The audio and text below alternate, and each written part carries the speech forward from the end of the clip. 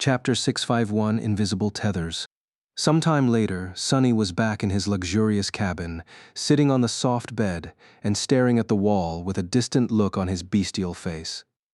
After the dinner conversation that was rife with revelations, each more terrible than the other, he had told Noctis that he needed time to think before giving an answer. Despite the fact that Sonny now held the keys to possessing two of Sun God's knives, the sorcerer had not pressed him at all and agreed to wait with his usual carefree attitude. If there was one redeeming quality about the immortals, it was that they could be very patient. Now, the flying ship was moving, sailing across the skies on its way back to the sanctuary of Noctis. They would be arriving in a day or two by then. Sonny needed to know what he wanted to do and how. He had to find the others and conquer this cursed nightmare somehow. Help Noctis free Hope, or make sure that she stays imprisoned forever. A pale smile appeared on his face. Hope. How funny it was to learn that this whole realm had been driven mad by the subtle, irresistible, inescapable manipulation of the great and terrible demon of desire. Everyone here was subjugated by her wondrous, harrowing powers, including himself. Back in the Dark City, at his lowest point, Sonny had given up all hope of ever returning to the real world. In fact, he had convinced himself that hope was the deadliest, most vile of poisons. It was only after he had clawed his way back from the brink of madness and out of the forgotten shore, returning alive to the waking world, that he understood the erroneous and destructive harmfulness of that misguided belief. Sonny had built a modest life for himself and found out that there were people who genuinely cared about him, and even more importantly, that there were people whom he cared about himself. That hope was not something to fear, but instead something to draw power from, something so vital that without it, there was no way to survive and no real point either. So, learning that his mind was now literally being poisoned by hope was full of incredibly bitter irony. How fitting! He sighed, and then stared at his four calloused hands, the obsidian knife, the ivory knife, the glass knife, the wooden knife, and one more, which he knew nothing about. Could they really collect them all? Noctis, Solvane, the Sun Twins, the one in the north, could they really survive them all? Whether he liked it or not, there was only one inevitable way to find out. First things first, he was going to have to make his way to the Iron Hand Island to see if the others had left clues to their whereabouts. Luckily, it was not that far from the sanctuary. Noctis had said that Sonny's new heart needed a week or two to settle, whatever that meant, so he wouldn't be able to go right away. But the goal was already in sight. After the cohort was reunited, they would have to make a decision about which side to support. The others, Sonny wondered where they were and how they were doing. Were they even alive? Had their journey in the nightmare been as harrowing as his? Recalling his own struggles, he shivered. The nightmares. Most of them had faded from his memory, their details dissipating until all that was left was one dark, chaotic mess of vague images, pressing weight, and sharp emotions. But some were still clear and vivid in all their terrible splendor, especially the first ones he had lived through. He remembered it all being a father who watched the flames consume his son, wife, and unborn child, an old man who dragged his weak body across scorching ash as his whole world burned around him, an immortal warrior being endlessly tortured by his own brother, and a cunning shadow who had grown too tired and indifferent to care about life. That last one was, perhaps, the most damning. Not because it was especially torturous, on the contrary. The Shadow Lord had been content and at peace in his last moments, but because it showed Sonny the pain and sorrow of those whom the heartless immortal had left behind. That understanding was only made worse by witnessing how the Shadow's beloved steed had ended up lonesome, broken, and consumed by madness, guarding the empty castle that his master would never return to until his last pitiful breath. But that was the nature of life. As one went through it, they collected strings and tethers that connected them to others. Everyone's fates were intertwined, and everyone was tied down and bound by those numerous connections, some of them fleeting, some deep and precious. Sonny, too, was not untethered anymore. Which meant that, should he die or be destroyed, his would not be the only fate that was broken and damaged. Everyone connected to him would suffer too, and that, in a way, made him responsible not only for himself, but also for those whose lives he had made different. The weight of that unfamiliar responsibility pressed heavily on his shoulders. Sonny sighed. Was there really such a thing as freedom? And if there was, would anyone really want to possess it? He closed his eyes for a moment, overwhelmed by all these daunting thoughts. Even though he had forgotten most of the nightmares, they still changed him. He felt older, somehow, and hopefully wiser, more mature and tempered, but also more fragile. He spent some time in silence, listening to the hull of the flying ship creaking gently around him and his two hearts beating steadily in his chest. Then, Sonny breathed out and opened his eyes. There was not much time to spend on pondering and self-reflection. A nightmare was a place for action, not philosophy. The corner of his mouth curved upward. Fine, let's get ready to act then. First, I should probably, finally, check on all those rewards I received. Thanks to that damned horse. And there were plenty. Chapter 652, Plentiful Gains.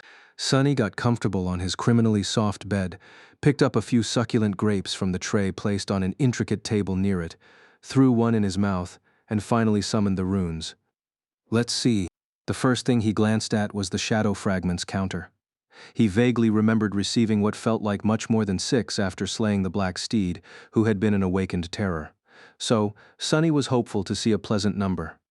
However, when he did see it, he almost choked on the grape juice to death. What? What the spell? What? He even rubbed his eyes, thinking that he was seeing things, but no. The counter was the same. Shadow fragments, 2823-3000. Sonny stared at it in disbelief. 600. I received almost 600 fragments for killing that damned horse. Absent-mindedly, he threw another grape into his mouth and proceeded to almost bite off one of his fingers from the sheer disorientation of it all. How is this even possible? He thought about it for a bit, stunned, and then tilted his head a little. Could it be? One of the advantages, but also inherent drawbacks of Sonny's aspect was that it operated through shadow fragments instead of the usual soul ones. So, while Sonny didn't need to collect and absorb shards to grow stronger, he also could not use the shards of creatures that he had not personally slain for that purpose. The other detail was that, unlike all human awakened, he did not receive a portion of all the accumulated soul fragments after killing others of his own kind, and instead received just 1 or 2, depending on their rank. Was that, perhaps, because the spell, or rather the world itself, did not consider him a human? He was a divine shadow, after all, and shadows recognized him as one of their own. So would it be safe to say that in this context, his own kind were actually not humans, but shadows instead? The Black Steed had been a shadow created by one of the Chain Lords, an awakened terror possessing 6 cores, and with 1,000 years of battles and bloodshed behind his shoulders to fill them to the brim with shadow fragments. Did Sonny receive a portion of the fragments accumulated by the tenebrous courser throughout his long and grim life, as a normal awakened would after slaying another human? The math certainly supported that theory. Sonny's eyes ignited. That is it. Not only was he correct, he might have just stumbled on one of the most crucial secrets about his own aspect, power, and future. Ever since finding out that his aspect allowed him to form and possess multiple cores, Sonny had been wary of the eventual toll hunting down enough nightmare creatures to create a new one would exert. As a sleeper or even an awakened, he was too small and vulnerable. Any powerful abomination would have been able to snuff him out of existence with no more than a glance. The higher he climbed on the path of ascension, the less of such existences there would be, and thus the higher his chances of survival were going to become. However, that also meant that there would be fewer creatures he would be able to hunt down to collect shadow fragments, since slaying those lower than him in rank did not give him any at all. But now that he knew how much he could gain from destroying true shadow creatures, perhaps, there was still a way for him to grow stronger rapidly even after becoming a master. In any case, his progress was already staggering. First, the 1,000 fragments he had earned in the blood-soaked arena of the Red Colosseum, and now these hundreds he gained by slaying the Nightmare Steed. Neither of these feats had been easy, in fact. Both rewards had cost him an unimaginable amount of pain, torment, and damage, both mental and physical, but the result almost made it seem as if it had all been worth it. Almost. At the start of the nightmare, the idea of gaining enough fragments to create a 4th core had seemed so distant and unreachable. But now, just a few months later, Sunny was already near the finish line. This fact was both exciting and incredible, even if its splendor was somewhat overshadowed by all the hideous scars he had received along the way. No, no, it is still amazing. I survived, did I not? Both elated and reminded of the horrors he had been subjected to in the nightmare, Sunny stared at the unbelievable number for some time, then shifted his gaze elsewhere. The second reward he had received was also very welcomed, be it strangely unexpected. In fact, Sunny stumbled upon it almost by accident while seeking the runes describing his shadows.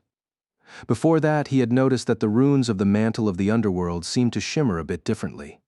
Confused, he concentrated on them and shifted his gaze to the last string describing the enchantments of the onyx armor, the counter of victories tied to the Prince of the Underworld enchantment. Now it read, Vanquished foes, 3291 over 6,000. He blinked. Huh? Somehow, sometime he had managed to raise the counter by almost 1,000 victories. He knew that the nightmare creatures and humans he had killed in the Red Colosseum had not counted toward the requirements of the strange enchantment for a simple reason. He had not been wearing the mantle of the underworld while fighting them. So where had the 1,000 vanquished foes come from? Sunny frowned. Come to think of it, I was wearing the armor while sleeping in the Boundary Fortress.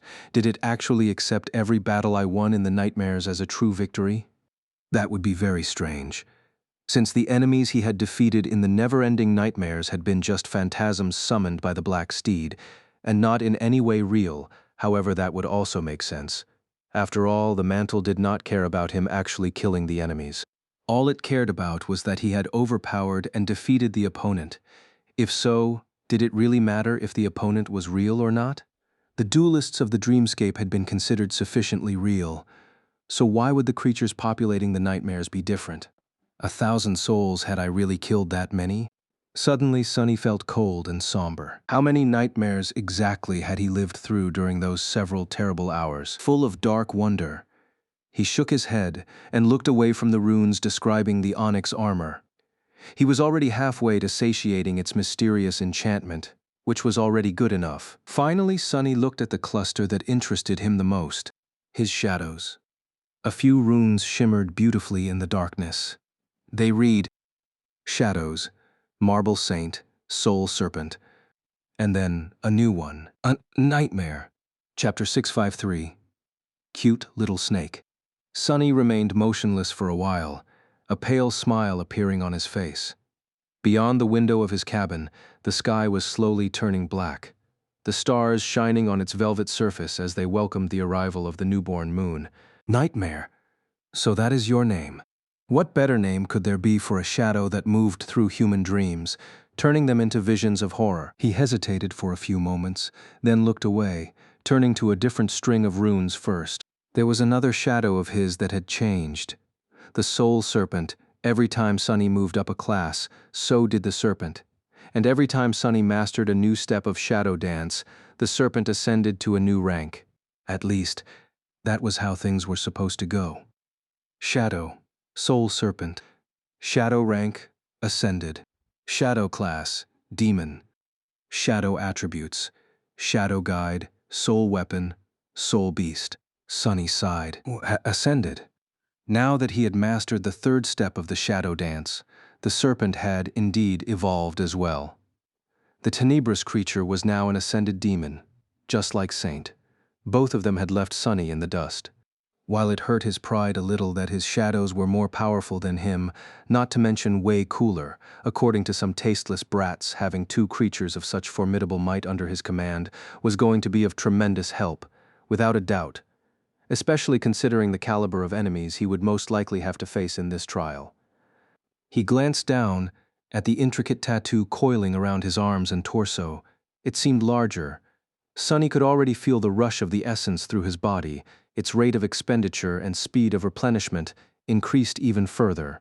Not only was the serpent going to be much more powerful in its soul beast form, but also, from now on, any soul weapon Sunny would want to use would be of the ascended rank as well. Basically, he now had a vast arsenal of ascended armaments to choose from. Well, isn't that neat? Sunny lingered for a few moments, then continued to read the runes. The serpent was not supposed to gain any new abilities from rising to a new rank, just like Saint had not. However, that legacy shadow of his was a bit strange. It had come into possession of the Soul Beast attribute and the Soul Reaver ability the last time he mastered a step of the Aspect Legacy. After all, who knew? Maybe this time would be the same. And just as Sunny hoped, there was a new set of runes shining in the darkness. Shadow abilities, Serpentine Steel, Soul Reaver, Grace of Shadows. He frowned. Huh? Grace of Shadows? Sunny concentrated on the new ability and read, Ability Description. The Master of the Soul Serpent can grace another with the trust and companionship of their shadow guide. One should be careful whom they bestow with their grace. Entrusting others with the loyalty of shadows is the same as sharing one's soul, and thus should not be offered lightly. He tilted his head. What? So basically this ability allowed Sunny to transfer the ownership of the Soul Serpent to someone else, as if the shadow was just an echo. No, not quite. Echoes could be transferred only to other awakened, while the grace of shadows could be bestowed upon anyone with a shadow, presumably. If Sunny wanted to, he could gift the Soul Serpent to a random nightmare creature, like the Mordant Mimic, for example. That would have been funny. What? No. No, it wouldn't have. Why would he give away his precious serpent? Especially considering that the description hinted that doing so would leave him vulnerable. What nonsense was this? Sunny grimaced.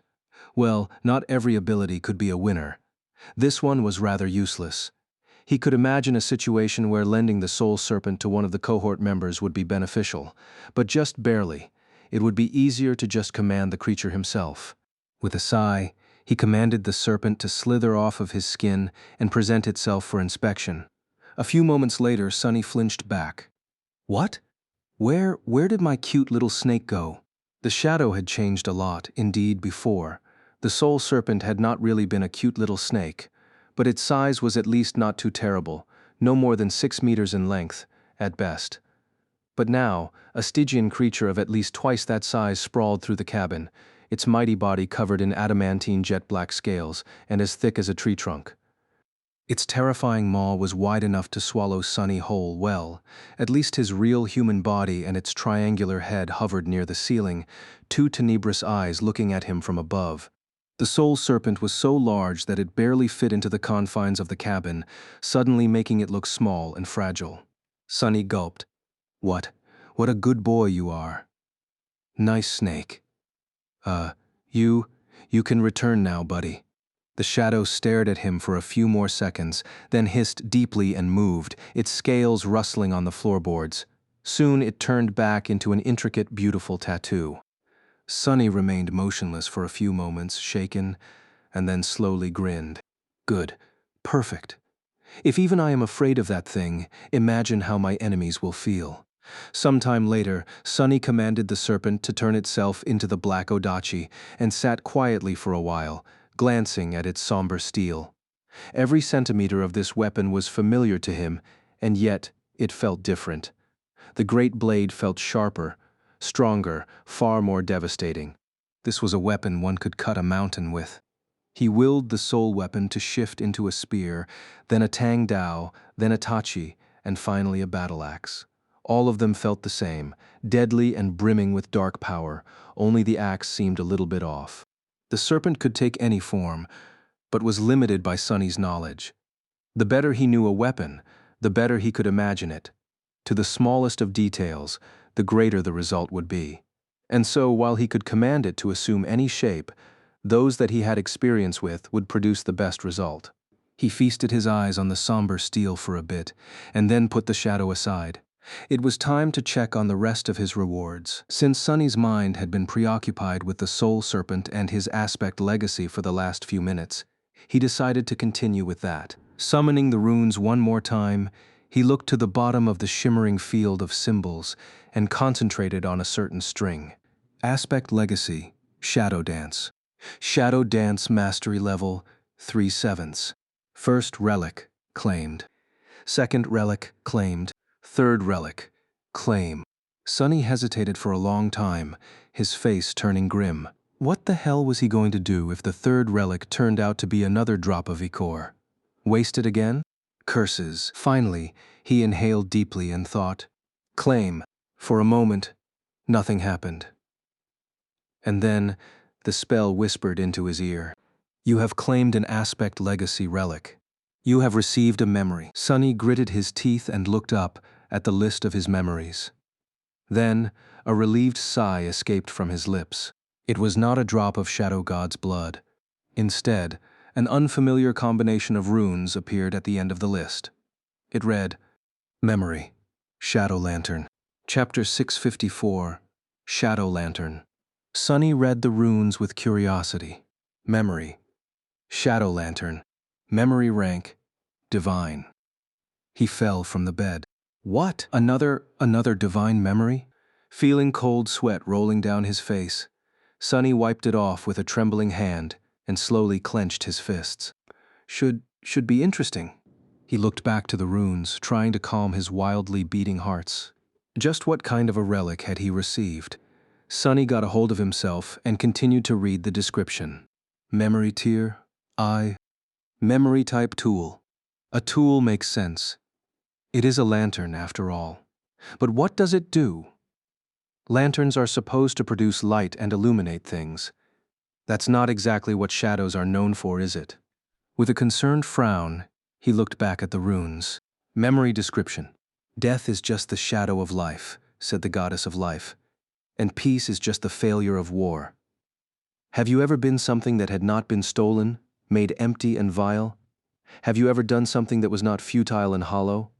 Can you even exist without being cast by another? Look at how weak you are, how small you are. Am I supposed to be frightened of a small shadow? Made pale and feeble by the radiance of day, Shadow laughed and rose from the ground. As he did, his figure swallowed the land, devoured the heavens, and blotted out the light of the sun. Soon there was nothing left around them but darkness, and from that darkness a hiss came, making life tremble.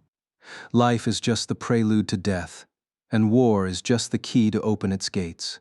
Everything you cherish, everything you nurture, everything that starts with you will one day be mine, be welcomed by me, swallowed by me, and find peace within me.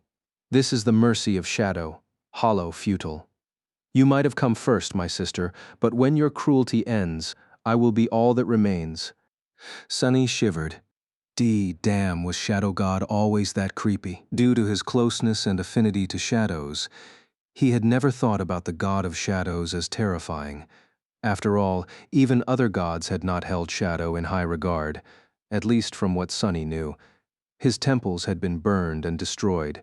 His followers turned into slaves, even his aspects and attributes seemed to pale in comparison to others. God of peace, death, solace, and mysteries that sounded humble and rather inconspicuous when compared to something like Goddess of the Black Skies, the god of storms, depths of the oceans of darkness, stars, travel, guidance, and disaster. But things that preferred to remain unseen and unheard were often the most dangerous, weren't they? Sort of like Sunny himself. He shook his head, pondered about the description for a bit, and then smiled crookedly. I guess War God did not like Shadow God at all. Well, that's not surprising. In many ways, they are the opposite of each other. No wonder every time I meet someone from the war camp, I end up either having my heart torn out, or even worse, lured into a nightmare so cursed that all other nightmares ought to give it face. He sighed, then continued reading the runes. Memory enchantments. Gates of Shadow. Enchantment description.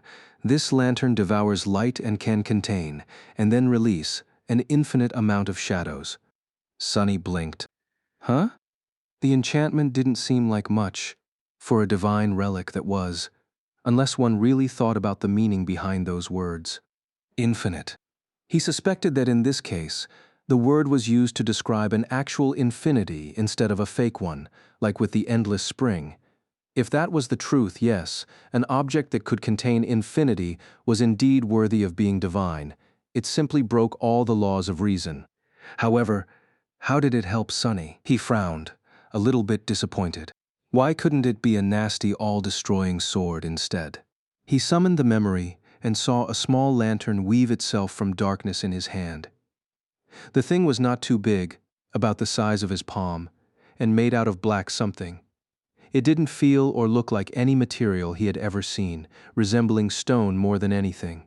The frame of the lantern was intricately engraved, making it seem and feel like the scales of a serpent, and its walls were made out of glossy black morion. There was a ring of dark metal on its top, with a short chain attached to it. It could be held in a hand or fastened to one's belt if need be. As soon as the lantern appeared, the darkness of the night that surrounded Sunny instantly became deeper and colder, oppressive and impenetrable. Any hint of starlight was devoured, turning the interior of the cabin completely black. He, of course, could still see through that darkness, but anyone else would probably have a lot of trouble. Suddenly full of a pleasant feeling of comfort, Sunny turned the beautiful lantern around and noticed a small door on one of its walls. He hesitated, then commanded the door to open. It instantly slid forward, revealing a square of utter nothingness behind. A moment later, Sunny felt his hair stand on end and his heart stagger in his chest. He was suddenly cold, overwhelmed by unease, and terrified. Like an animal facing something so much larger than itself that the difference in size could simply not be comprehended. He slowly exhaled, the breath escaping his mouth as chilling mist. I guess that is how infinity feels. The lantern was empty, so he couldn't command any shadows to escape it. So, instead, he glanced at the happy shadow and raised an eyebrow. "Want to come inside?" The shadow looked at him with fear, then energetically shook its head. Sunny rolled his eyes, then turned to the creepy one. "What about you?" The creepy guy stared at him for a bit, then shrugged indifferently and disappeared into the small door, as if he had never been there.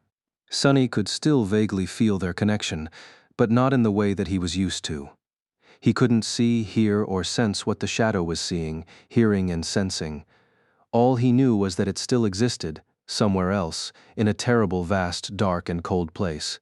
His face grew dim, and he commanded the creepy shadow to return. The weird guy flowed out of the lantern, shrugged again, and planted himself back on the floor. Then, when it thought that no one was watching, the shadow shuddered and hugged itself for a moment. What a strange memory. What was the use of it? Sunny summoned Saint and tried to repeat the experiment, but to no avail. The tenebrous night remained motionless when he told her to enter the beautiful black lantern, not showing any signs of knowing how to abide by the order. "I guess it doesn't work with shadows." He frowned, then lowered the lantern to the ground and brought it closer to wild shadows hiding in the corners of the cabin. Then, feeling extremely stupid, Sunny thought aloud, Do you want to come inside?" The shadows moved slightly, flowing toward the lantern, and then swiftly slid through the black door. A hint of a smile appeared on Sunny's bestial face. "Ah, now we're talking. That I can work with." Satisfied, he closed the door of the lantern and then dismissed it. Sunny was still a little bit sad that the relic had not turned out to be a destructive weapon, but his disappointment waned. While not as immediately useful, the lantern would allow him to carry friendly shadows, an infinite amount of them, no less, with him at all times. That would counteract the main weakness of his aspect, the fact that most of his abilities only worked within the veil of darkness, to a large degree. And, without a doubt, as his powers grew and the number of his abilities increased, having a swarm of deep shadows at hand would only grow more useful. Plus, he had a feeling that he had not discovered all the secrets of the Shadow Lantern yet. But now it was time to study his last and most important reward. It was time to meet an old friend. The shadow of the black steed whose name was Nightmare. Chapter 655, Nightmare. Sunny sighed, then closed his eyes and dove into the soul sea. The tranquil, lightless expanse of his soul was the same as ever. The black water was still and silent, reflecting the three dark suns looming in a perfectly even triangle above. Only the rows of motionless shadows were different from how they had been before, crowded with countless victims of the Red Colosseum. Despite the fact that Sunny's body was now very different, his soul remained the same.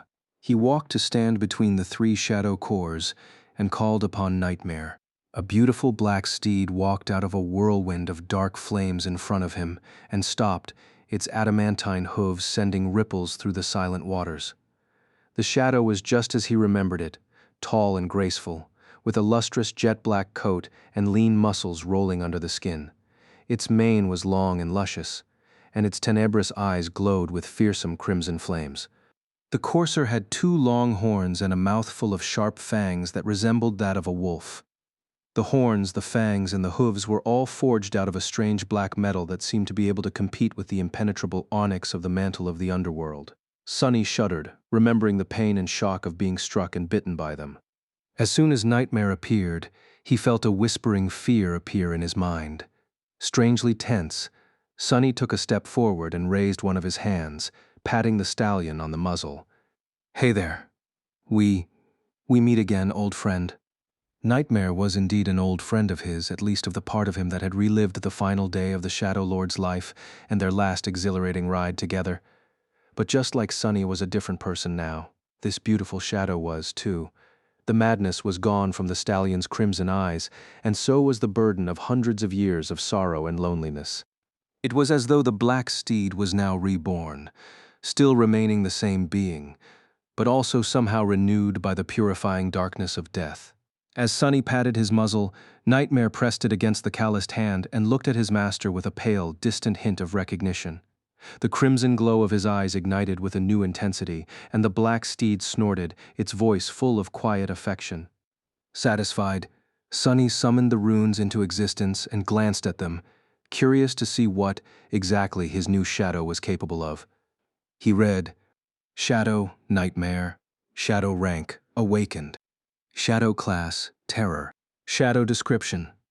This beautiful steed was tamed by the treacherous lost from light in the depths of a harrowing dream. The 2 shadows battled across countless nightmares, shattering them all apart. Neither was willing to give up, so in the end the nightmares did." Sonny sighed. Again with that treacherous nonsense. At least the spell did not openly mock me this time. He still remembered the biting description of Shadow Dance. Shaking his head dejectedly, Sonny rubbed the terrible scar on his neck and turned his attention back to the runes. Shadow attributes: Swift, Dark Destrier, Dreadlord, Dreamwalker. Swift attribute description. This shadow is especially swift and enduring. Dark Destrier attribute description. This dark horse was meant to be a shadow warrior's steed and accompany its rider into battle. It is fierce, loyal, and knows no fear. Its speed, strength, and resilience grow when surrounded by darkness and shadows. Dreadlord attribute description. This shadow's might grows the more he is feared. Dreamwalker attribute description. This shadow can travel through dreams. Sonny studied the black courser with a thoughtful expression. Huh? So, Nightmare was incredibly swift and enduring.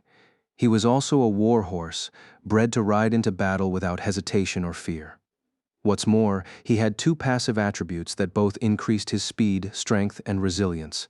One when the destrier and his rider were surrounded by shadows. The other when the destrier inspired terror in the hearts of their enemies. That was an insidious and frightening combination, especially because one effect fed into the other, creating a vicious cycle. Perhaps Sonny had only survived the battle with the terror due to the fact that, at some point, his tortured mind had become too broken to experience fear. An awakened terror was already an immensely powerful creature, and with 2 passive augmentations added into the mix, he shivered. Scary. And then there was the last attribute, Dreamwalker. That one Sonny didn't even know what to think about. We'll see about invading people's dreams later.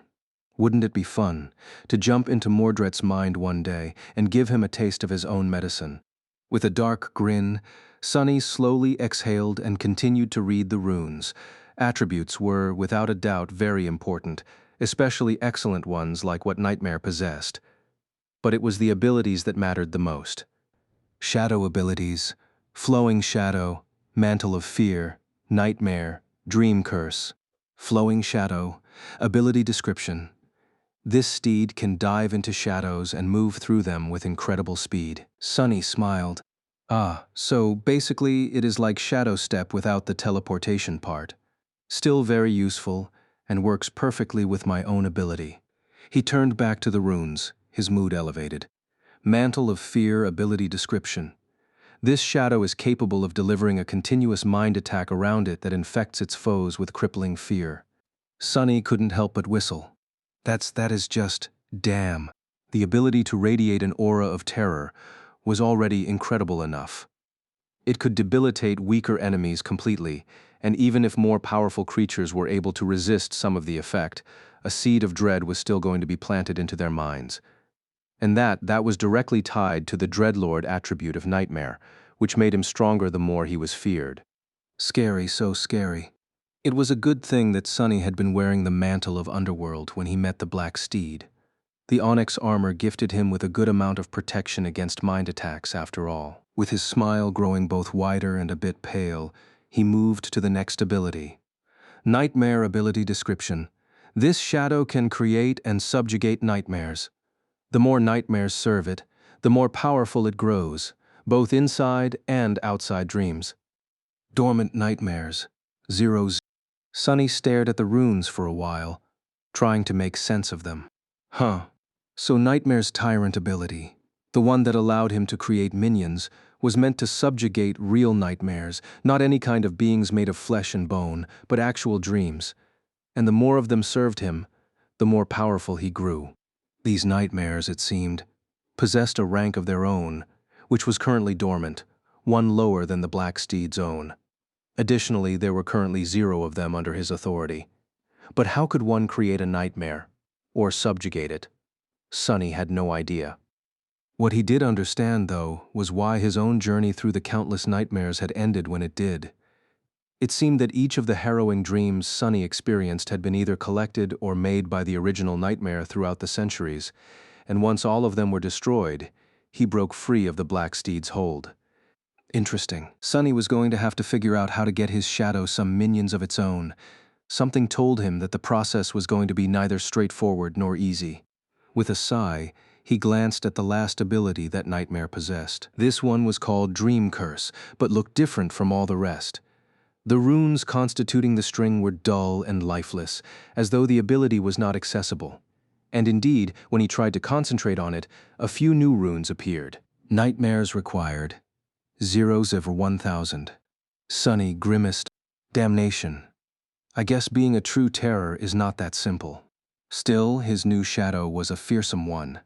Not only was it a swift and mighty steed, it was also a force on the battlefield in its own right, one that could instill fear in the hearts of his enemies and then feed on it to grow stronger. More than that, it was a true shadow creature, which meant that its attributes and abilities went perfectly with his own. Sunny had experienced the terrifying fury of the Black Courser himself, so he felt giddy knowing that this fearsome creature was going to be fighting on his side from now on. Gods knew he was going to need as many powerful allies as he could find. His smile dimmed a little. There was one very obvious flaw about Nightmare.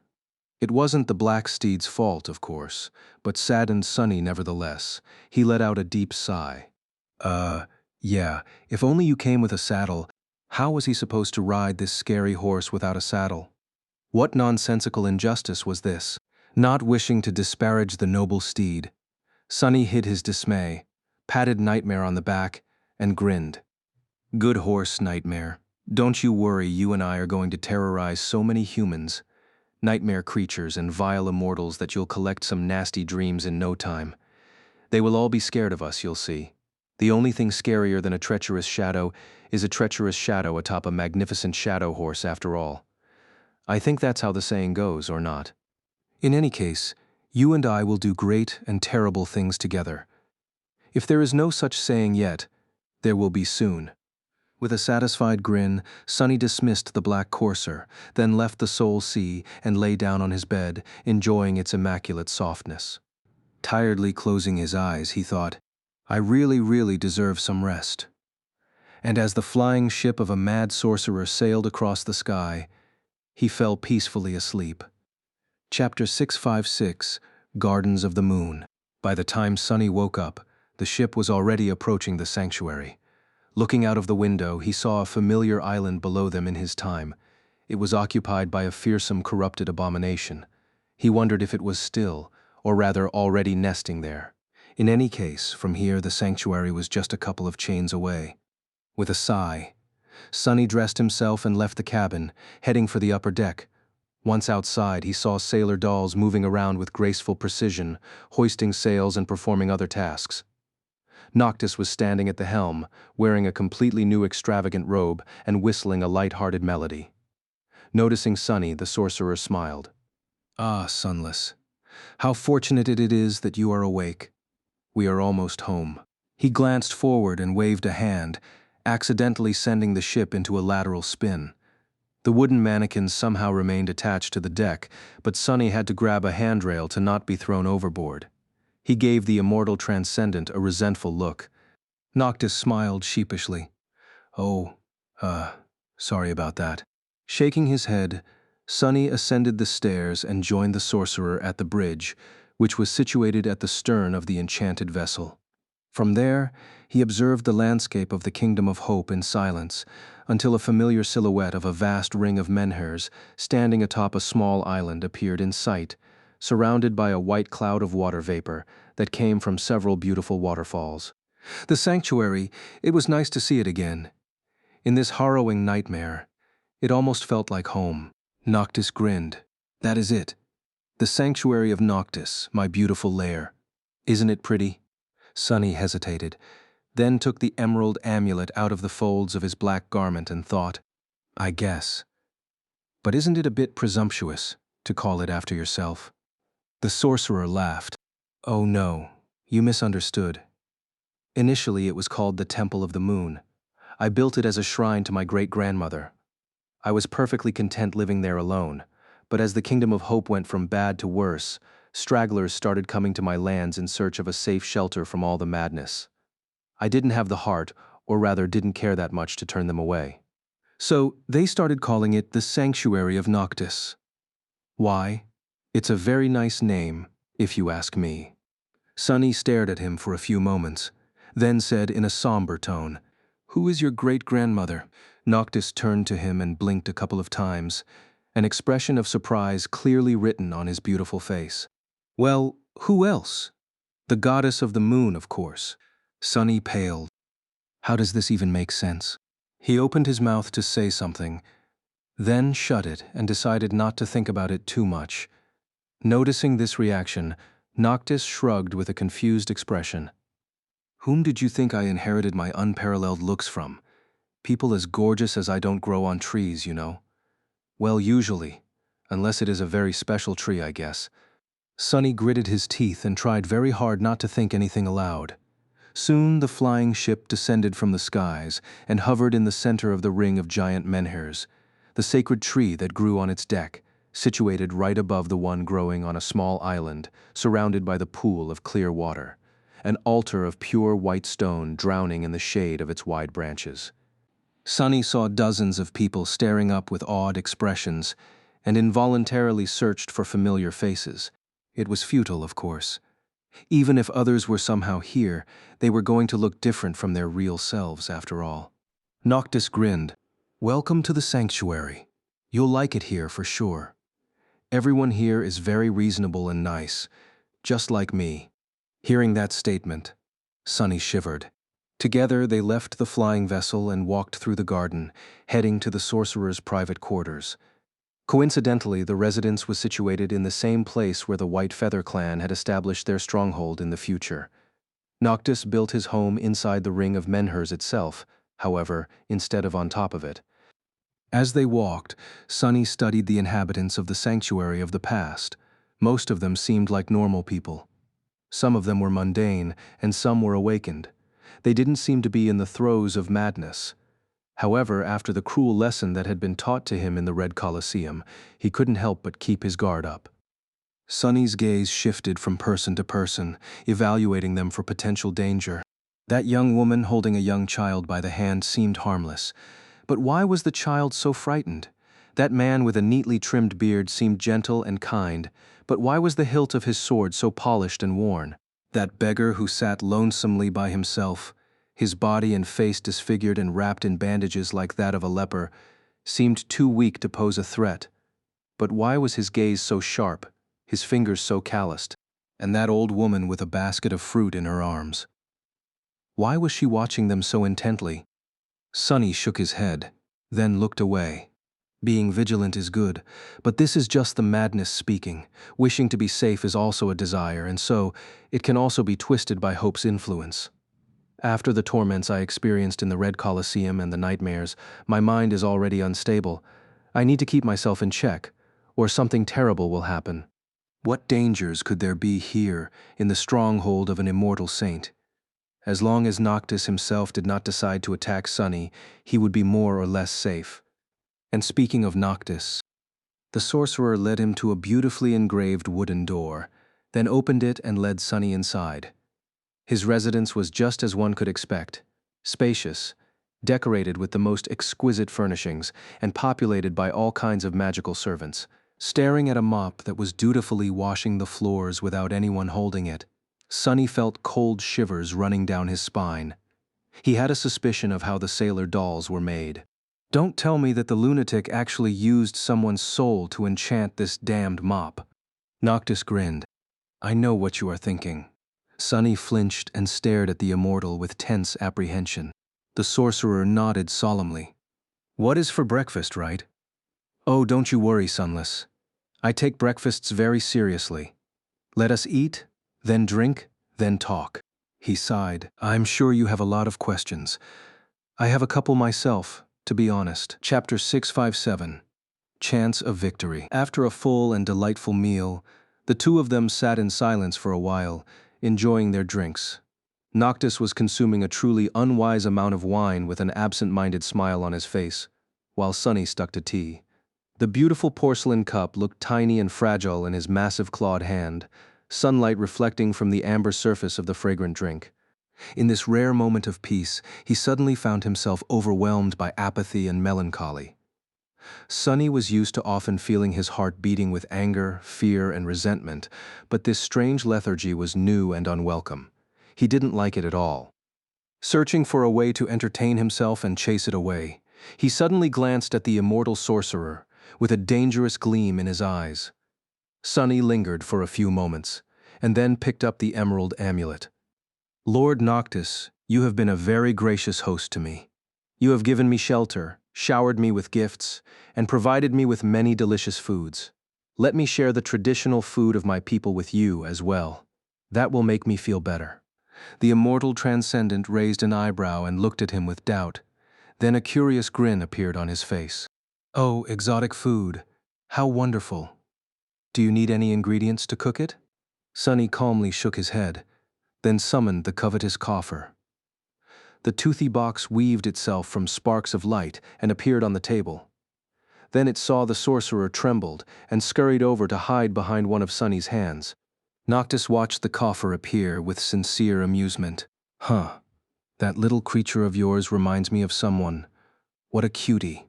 Sunny reached into the box and produced a tube of synth paste, then handed it to the immortal with a polite smile. Noctis took the tube, stared at it in confusion for a while, then brought it closer to his face and sniffed it. Such a peculiar, container. It doesn't smell like anything. Sunny nodded solemnly and made a twisting motion with his hand. You twist the cap off, pierce the membrane, and then squirt the contents into your mouth. Be warned, though some people have said that its flavor is simply unmatched, unparalleled even, and that there is no other food like this in the entire world. Many shed tears just from tasting it. The sorcerer blinked a couple of times after hearing words like membrane and squirt, then twisted the cap off the tube and removed the foil membrane. Finally, he raised the tube with enthusiasm, opened his mouth wide, and sent a stream of viscous, colorless sludge into it. Noctis closed his mouth, chewed a couple of times, then froze. Slowly, his face changed, becoming pale and almost panicked. He glanced at Sunny with wide eyes, shuddered, then slowly chewed some more and swallowed with visible effort. Sunny continued to stare at him. Remarkable, isn't it? The immortal transcendent shivered, then forced out a weak smile. That, is an unforgettable flavor indeed. Truly, truly a dish worthy of being eaten by those following the god of death. Thank you, V. Very much, Sunless. I've been really enlightened. Sunny grinned. Don't be shy then. Eat some more. Noctis dropped the tube on the table and energetically shook his head. No, no, sadly, I am very full. Thanks for the offer, though. He reached out with a trembling hand and grabbed his glass, then gulped down all of the wine in one go. Sonny sipped his tea with a satisfied expression. Serves you right, bastard. The sorcerer poured himself some more wine, glanced at the tube of synth paste with unrestrained horror, and then furtively moved it further away from himself. Finally, he looked at Sonny and lingered for a few moments. Then, the immortal asked, "So, Sunless, now that we had a splendid and unforgettable breakfast, are you going to tell me where the glass knife is?" Sonny hesitated for a bit, then answered with a measured thought, "I might. I need to know a few things first, though." Noctis sighed with disappointment, then reluctantly shrugged. "Knowing things is very overrated, if you ask me. But I understand creatures of shadow are known to be drawn to mysteries, after all. What is it that you are curious about?" Sonny slowly inhaled, thinking there were many things he wanted to learn, but the most important of them was rather simple. It carried the most weight for his plans, and his future was Noctis really capable of defeating the other immortals and breaking Hope's chains? It certainly didn't seem so as far as chain lords went. The sorcerer was not the most fearsome and terrifying. In fact, his whole persona and attitude made him look rather harmless. Sonny knew, of course, that it was just a mask, and that there was vast and dreadful power hiding beneath it, but would that power be enough to challenge the likes of Solvane or the rulers of the Ivory City? Both factions had armies, countless awakened, and enough resources to wage a war for centuries, while Noctis only had himself and a few sailor dolls. So was his desire to unleash hell upon the shattered kingdom just madness? Or did he have a solid reason to be confident that there was at least a chance of victory? Sonny was going to make a decision on whether or not to join the sorcerer in this insane endeavor, after all, so knowing the answer was of utmost importance. His life depended on it. He hesitated, and then said, or rather thought, "How many knives do you already possess?" Noctis smiled radiantly, then answered in a carefree tone. His answer, however, was not at all what Sonny hoped and expected to hear. "What do you mean? I don't have any." Sonny's face twitched, and the porcelain cup suddenly exploded in his hand. He was too shocked to pay it any attention, though. "What? How? How can you not have a single knife? You have to have the one entrusted to you, at least." The sorcerer waved a hand. "Oh, I used to have one, true. But it is sort of, well, things happened, and now I don't have it anymore." Sonny stared at the immortal transcendent with a stunned expression. He was so befuddled that he even forgot to remove his hand from the emerald amulet. This guy can't be that insane, right? How is he going to wage war against all of the Kingdom of Hope if he doesn't even have a single knife? "I have more of them than he does, goddammit." Noctis laughed, so fierce, so straightforward. "Ah, but don't worry about it, Sunless." He remained silent for a few moments, drinking his wine, and then sighed. "You see, in the beginning there were 7 knives, entrusted to the 7 of us to hold the fate of another in their hands. The iron knife, the wooden knife, the ember knife, the glass knife, the ivory knife, the obsidian knife, and the ruby knife." The sorcerer stared into the distance, as if remembering the past. A dark expression appeared on his face. The iron knife was used and destroyed, and so was the ember knife. So, only 5 remain. However, through coincidence, or maybe fate, none of the chain lords now possess one, except for Solvane, who wields her own fate, and not that of the other. He smiled. "You see, the shadow hid the glass knife before his death. No one knows where it is. The obsidian knife had been entrusted to the one in the north, but she lost it to me in a game of wit." Sonny growled. "Wait, didn't you lose that one too? How the hell did you manage to lose 2 of the damned knives?" Noctis giggled. "Oh, actually, I lost 3. I had the ivory knife too at some point." Sonny groaned, then grabbed his head. "What is wrong with you? Why is all of this so confusing?" The sorcerer remained silent, smiling politely. Finally, he sighed. "Oh, you are right. It is very convoluted, I guess, for someone who hasn't been living it all for centuries. So let me start at the beginning and explain to you the fate of each of the knives. Then, you will understand why I dare to challenge all the other chain lords and how I hope to defeat them." Sonny grimaced, then nodded dejectedly. Noctis poured himself more wine, remained silent for a few moments, and then spoke. The glass knife is the most simple to trace. Chapter 6587 Knives. Sitting on a plush cushion with a glass of fine wine in his hand, Noctis recounted the fates of the 7 divine knives. The iron knife was destroyed when Lady Adre was murdered, and the ember knife was stolen and destroyed when the shadow took his own life.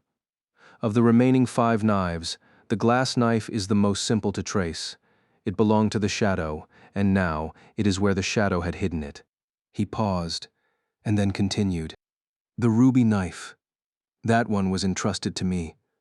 Some time ago, well, I was a bit concerned about my state of mind. Hope's madness is very insidious, sunless, and not even someone like me is immune to it. So, frightened of what I might do, I gave it to a dear friend, of sorts, for safekeeping. Which means that you and I know the location of 2 knives already. The sorcerer sipped his wine and frowned. Then there is the obsidian knife, which I won from the one in the north in a game of wit. The others weren't happy at all that I possessed 2 knives, so I placed it on the altar in my sanctuary and proclaimed that everyone who manages to gather enough of my coins can take it. A heavy sigh escaped from Sonny's lips. You did what? What was wrong with that guy? It was a relic created by Sun God they were talking about, the key to an immortal's death. Why would he just put it where everyone could see it and even put a price tag on it? What madness was this? Noctis shrugged with a guilty look. Listen, those coins are very precious. I'll let you know. Who could have thought that someone would actually be crazy enough to collect them all? But, someone did. A very determined and reckless young man, in fact. That daredevil took the knife and disappeared. He was probably killed for it, but where and how no one knows. The obsidian knife was lost. But as I said, these knives never remain lost for long. And here you are, sunless, wielding it. So, the sorcerer raised a hand and showed Sonny 3 elegant fingers. That is 3. The next one is the most curious, the ivory knife. It was entrusted to Severus, the Sun Lord, who gave it to his twin brother, the Sun Prince. And that is where things get strange. The Sun Prince came to me one day with an unusual request. You see, he had hidden the ivory knife and wanted for me to erase the memories of Ware from his mind. He also wanted me to make him forget that request. Sonny shuddered. He destroyed those memories on purpose, even before the terrible torture. Noctis sighed. While my aspect has to do with souls, I was very close to Adre, the priestess of Heart God, before she was killed by Solvain, that cursed murderer. So I inherited a few things and a lot of knowledge from her. That was why the Sun Prince came to me, although I still don't know what his motive was. Regardless, I agreed to help him and remove the memory of the ivory knife's secret location from his mind. However, the sorcerer smiled. I did not just destroy it. That would be too boring, don't you think? Instead, I kept the memory for myself and eventually retrieved the ivory knife. Sonny shook his head. So where is it? How did you manage to lose that one too? The immortal transcendent shrugged. Well, the one in the north was still angry with me and wanted a rematch. The stakes were high, and that time, sadly, I didn't win. She got the ivory knife and then threw it into the sky below. That was very silly of her. It is impossible to really lose one of the knives forever, so it was bound to return one day. And recently, it did. I don't know where it is, but it is back, that is for sure. Sonny looked at him for a while, a somber expression on his face. He was pretty certain that he knew who had the ivory knife, Mordred, the Prince of Nothing, and if that fiend wielded it, even gods would not be able to predict what was going to happen. Noctis, however, didn't seem concerned. He sipped his wine with a smile. No matter where it is, it will turn up soon enough. So, the only knife that remains is the wooden knife, which is in Solvain's possession. This one is the simplest to get, although not the easiest.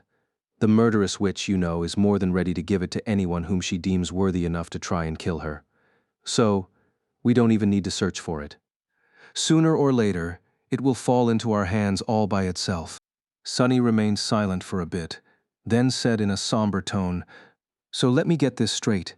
There are 5 knives, The obsidian knife is in my possession, and the glass knife is hidden in a place that is only known to me.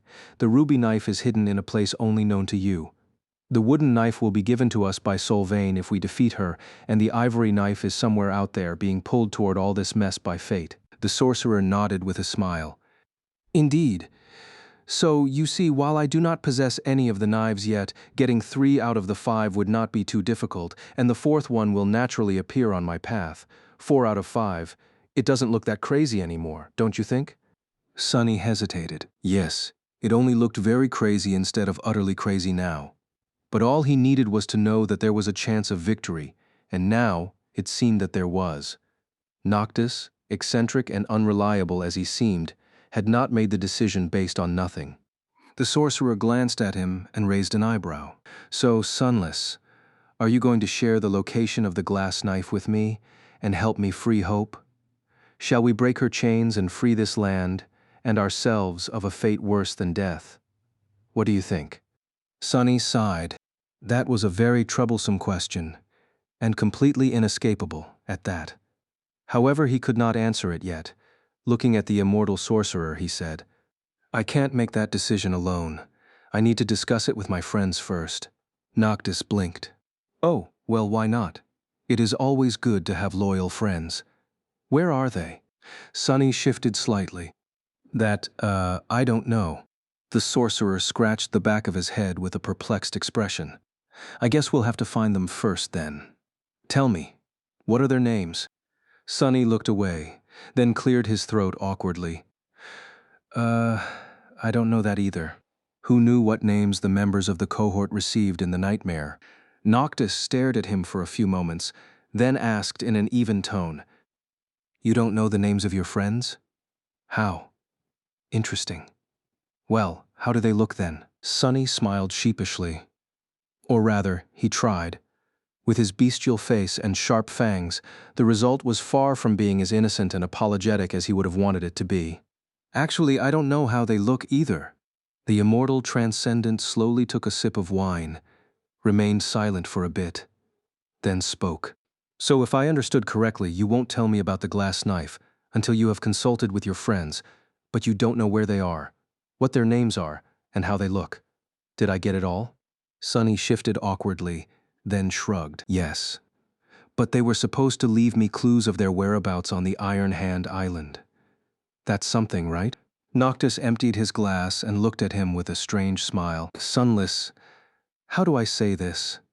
There is no island by that name in the Kingdom of Hope." "Oh, right."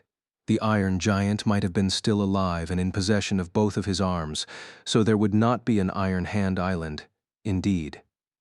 Sonny shook his head. "Ah, you just know it by another name. It does exist, don't worry. Actually, it is right here, near the sanctuary. So I will have to go there first before giving you an answer." Noctis looked at him, blinked a couple of times, and then sighed. "All right then. In that case, wait for a week or two before your new heart settles. Traveling before that would be very unwise, but after that, do go and find your friends. Invite them here, actually. I doubt that there's a friend of yours who is better, smarter, and more beautiful than I, but I'm sure that they are all nice people, or demons, or whatever they are." He smiled, and then winked at Sonny with a slightly mischievous look. "I can't wait to meet them." Chapter 659. Arrest before the war. Sonny did not fully understand what the sorcerer meant by saying that the new heart needed time to settle. Physically, he felt fine, great even. Both of his hearts were beating steadily in his chest, powerful and dependable like relentless machines.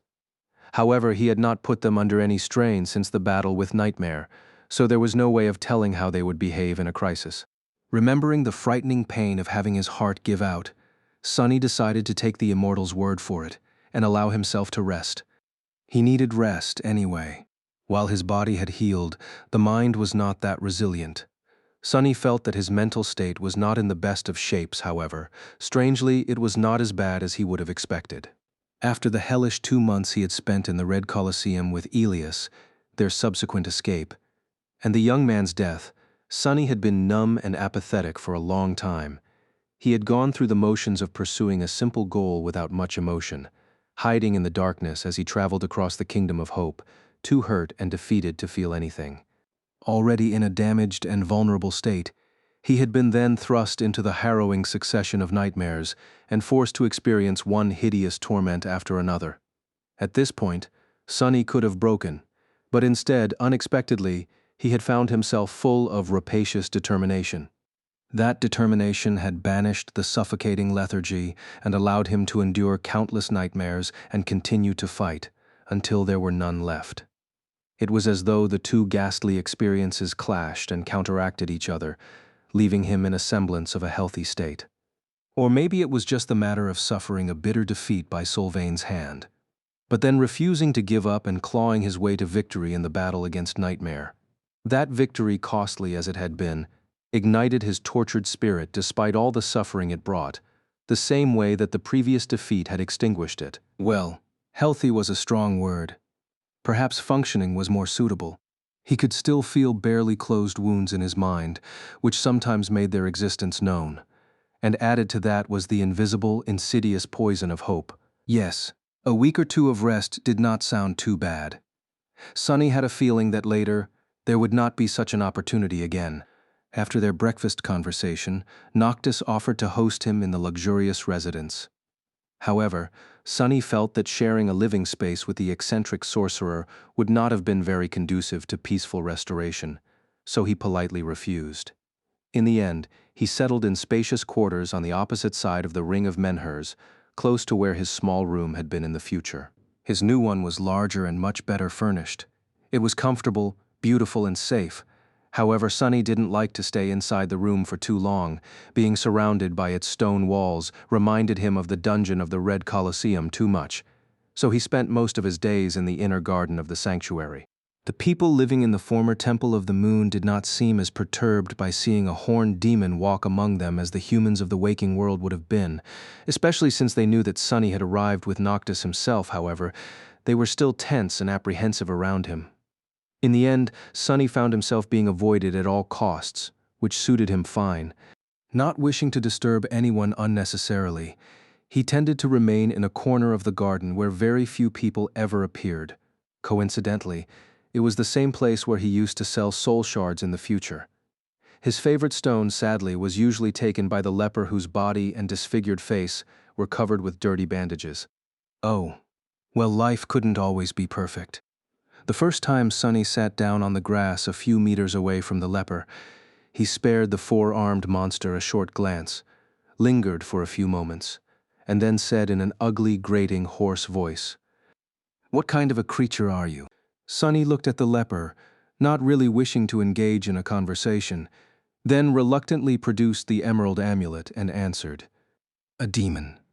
"What kind of a creature are you?" The leper smiled, causing a bit of yellow pus to seep from beneath the bandages covering his face. "A cripple." Sonny studied the man, then made a grimace, and asked in a sullen tone, "I won't catch whatever it is that you have, will I?" The leper let out a creaky chuckle. "No, I'm not diseased, just burned." Sonny tilted his head a little, then shrugged and turned away. So the leper was not a leper. His body was just severely burned, and judging by the fact that the rags covering the bandages seemed to have been pristine white once, he had probably come to the sanctuary from the Ivory City. Sonny wasn't sure that he wanted to know how a citizen of the Sun God's stronghold ended up with those burns. The memory of their lord's torture was still fresh in his mind. They didn't speak after that, remaining in indifferent silence. Looking at the empty corner of the beautiful garden around them and the distant figures of humans going about their lives, Sonny couldn't help but remember his first day at the academy.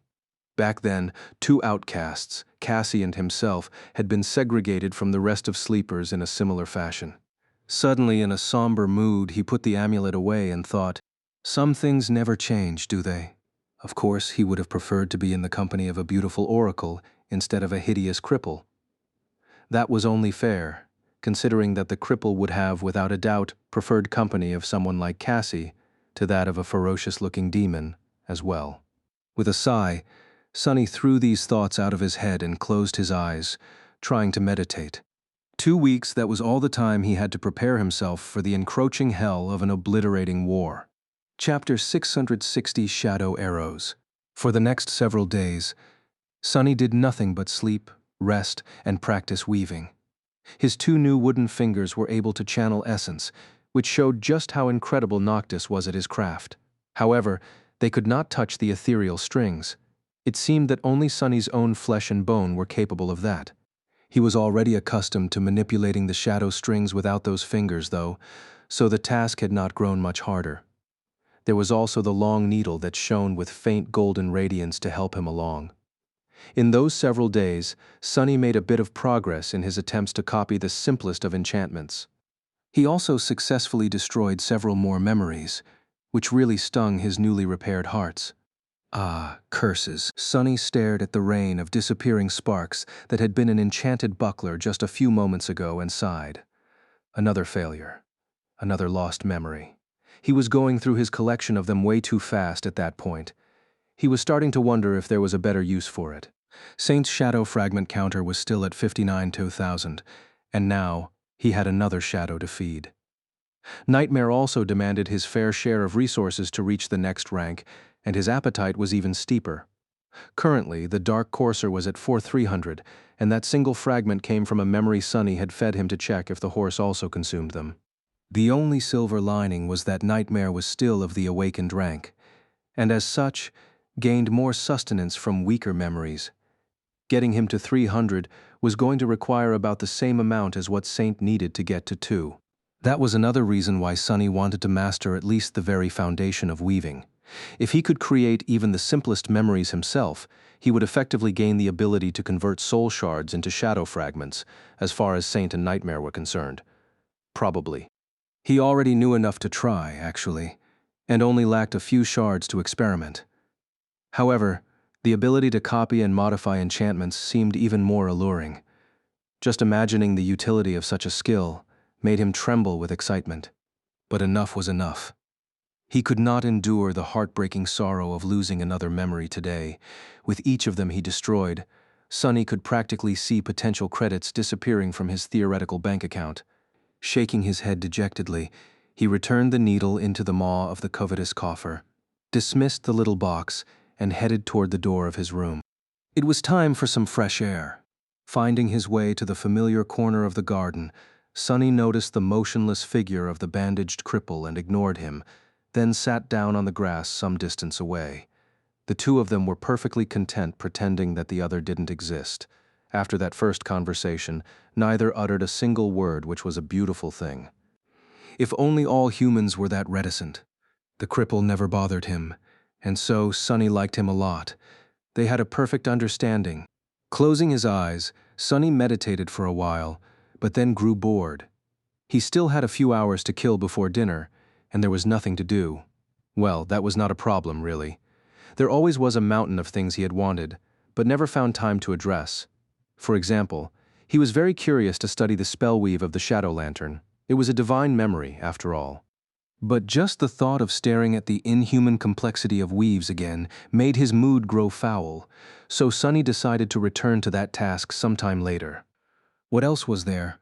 Come to think of it, he had not practiced archery for a long time now. His skill in that regard was still very far from satisfactory. Sunny thought for a bit, then stood up and summoned Morgan's warbow. The beautiful black bow weaved itself from scarlet sparks, which were the same color as its grip and string, as well as the small brand in the shape of a straight sword, piercing straight through an anvil that was burned into its surface. He turned slightly and glanced at the gray stone of one of the giant menhirs that loomed some distance away. Surely the ancient stone pillar that had withstood 1,000 years in perfect condition, and was going to withstand thousands more, would not be damaged if he used it for target practice. Not that Sunny cared too much. Noctis would just have to produce a new menhir if he destroyed one or several. The bastard owed him this much, at least. With a short sigh, he raised the bow, placed his fingers on the string, and strained his muscles to pull it back. Due to the unbending enchantment of the fearsome warbow, Sunny needed all of his might, as well as the help of the shadows, just to draw the string. No mundane human would have ever been able to do that, and even among the awakened, only those with aspects providing exceptional physical enhancement could hope to succeed. But thanks to that, every arrow sent flying by the black bow went especially far and hit with devastating strength. And speaking of arrows, as Sunny was drawing the string, a shadow appeared on it, then grew heavy and solid, turning from a ghostly shade into a sharp arrow. The other enchantment of Morgan's warbow, soul arrows, allowed it to attune to the soul of the wielder and create arrows that shared its affinity. The arrow Sunny just created was utterly black, with dark fletching and a narrow head that seemed to be made out of a sharp piece of obsidian. This was a shadow arrow, which flew swiftly and didn't produce any sound at all. It was also perfect for finding cracks in the enemy's armor. Actually, he could create a different kind of arrow too, due to his high divine affinity. Those arrows were lustrous and seemed to be forged out of pale gold, their broadheads perfect for slicing flesh and causing terrible wounds. There was probably another quality to them, but Sunny had yet to figure it out. In any case, that didn't matter right now.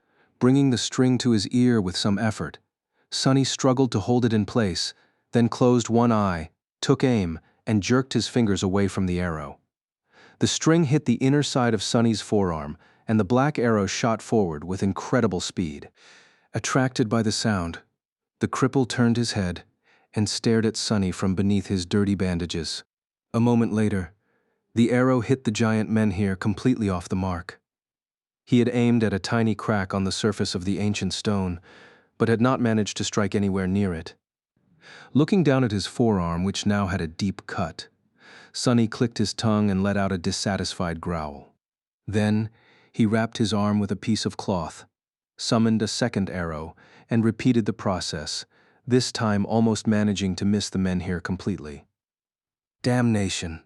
It seemed that his accuracy had only reduced in the past months. How had he even managed to grow worse? You're doing it all wrong. Sunny remained motionless for a few moments, then turned around and stared at the cripple without any amusement in his frightening black eyes. Perhaps he was hasty to commend the man for his quiet and reticent nature, who wanted to hear that hideously grating voice anyway. Producing the emerald amulet, Sunny thought with some irritation. Oh yeah? What? You are an archery expert now? The cripple remained silent for a while, then turned away. I used to be a captain in the Sun Legion before. He sighed and then smiled a little. I led 100 brave warriors into battle, for the glory of Lord Severax and the Ivory City. The cripple grew silent and then added quietly. Before, Sunny stared at the bandages that covered the man's burned body, then glanced at his soul, which was illuminated by a radiant core of an awakened. So this guy used to be an officer serving one of the Sun Immortals. He hesitated for a moment, then asked, "How'd you end up this messed up then? Where do all these burn scars come from? Did the warmongers catch you?" The cripple stared into the distance for some time, then slowly shook his head. "You have plenty of scars yourself, demon, some as terrible as mine.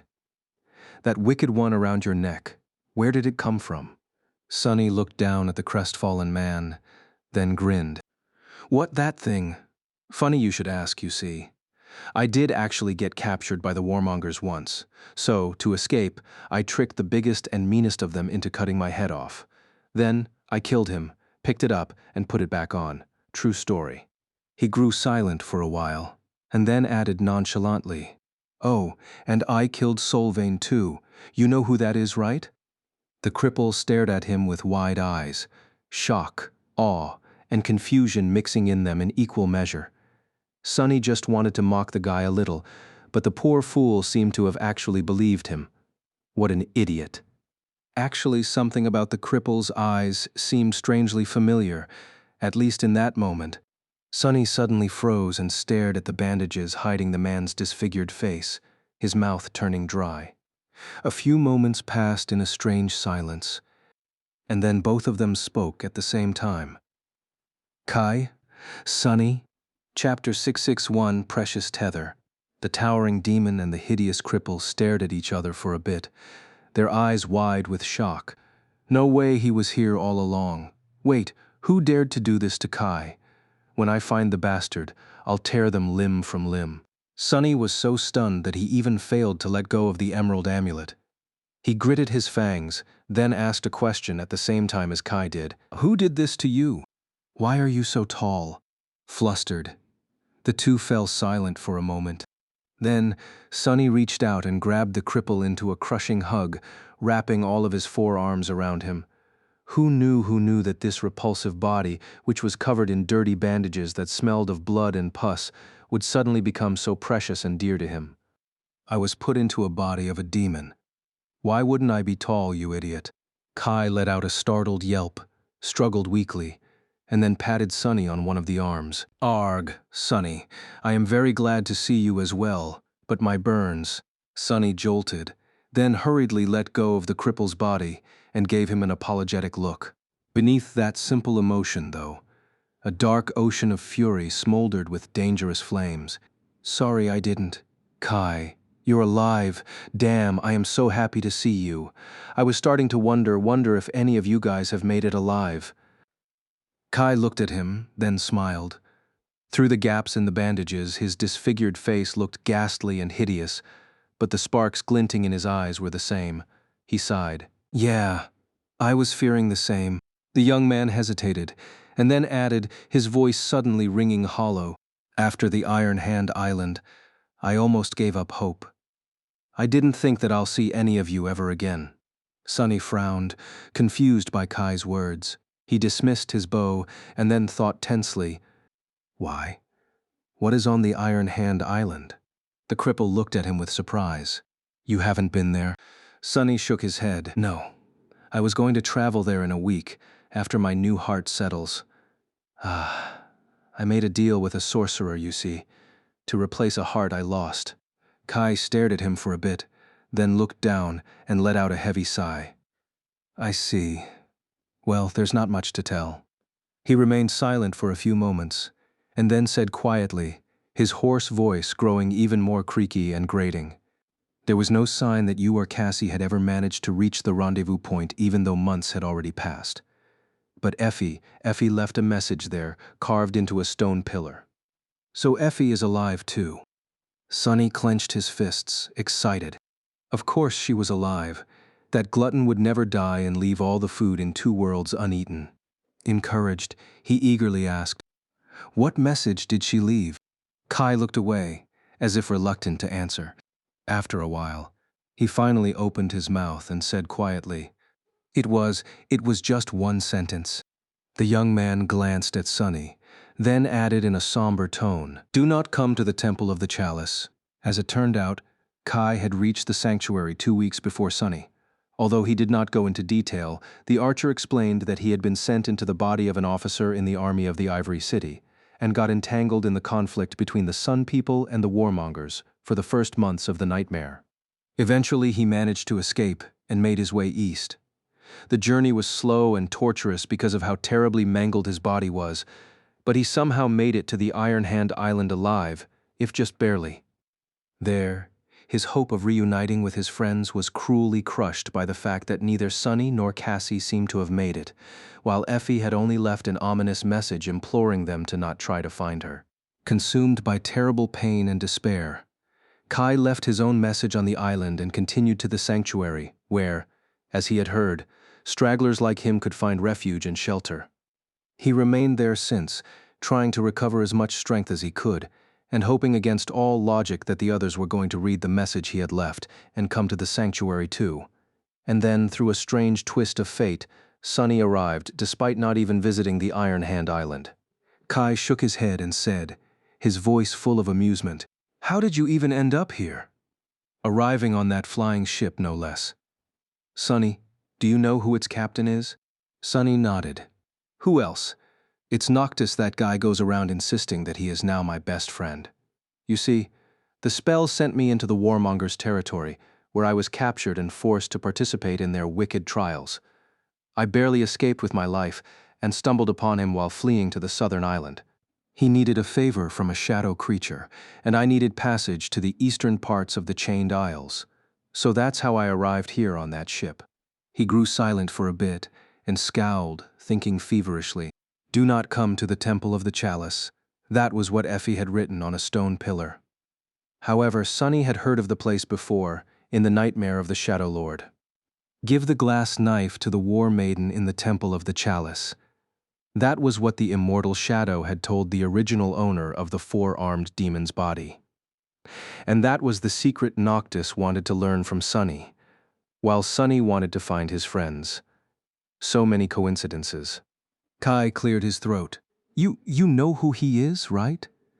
Lord Noctis is the master of this place, as well as one of the 5 transcendent immortals. Throughout the Kingdom of Hope, he is feared and revered in equal measure, and his name is synonymous with mystery and power, as well as debauchery, mischief, and disaster.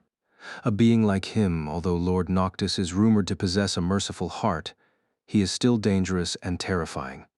Sunny, are you sure that you should be getting entangled with such a being? Sunny glanced at Kai and remained silent for a while, then said in a grim tone, "There is not much choice. He is the axis of this nightmare. Dangerous, terrifying. Noctis is all that, and also so much more. However, all of that is not very important right now."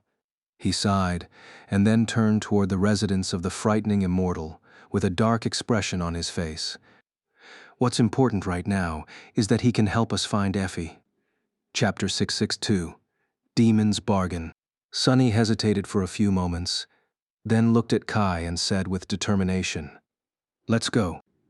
Kai nodded and followed the four-armed demon, pushing forward his bandaged body with visible effort. Seeing his friend suffering, Sunny gritted his teeth. The archer, meanwhile, glanced at him with a grim expression, and then said in his new, unfamiliar, and ugly voice, "Sunny, I have one question. Can you answer it?" Sunny slowed down and turned to him, a deep scowl contorting the bestial lines of his face. "Of course. What is it?"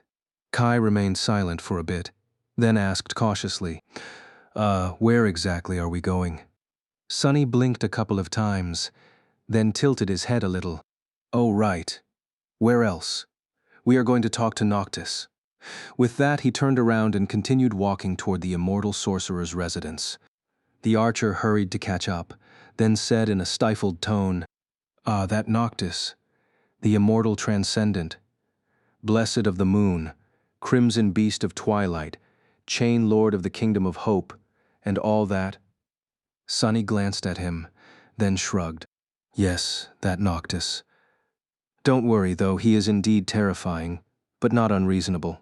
Together they crossed the garden of the sanctuary and approached the beautifully engraved wooden door. A pair of sailor dolls were standing guard outside, their indifferent faces staring at them with hollow stillness.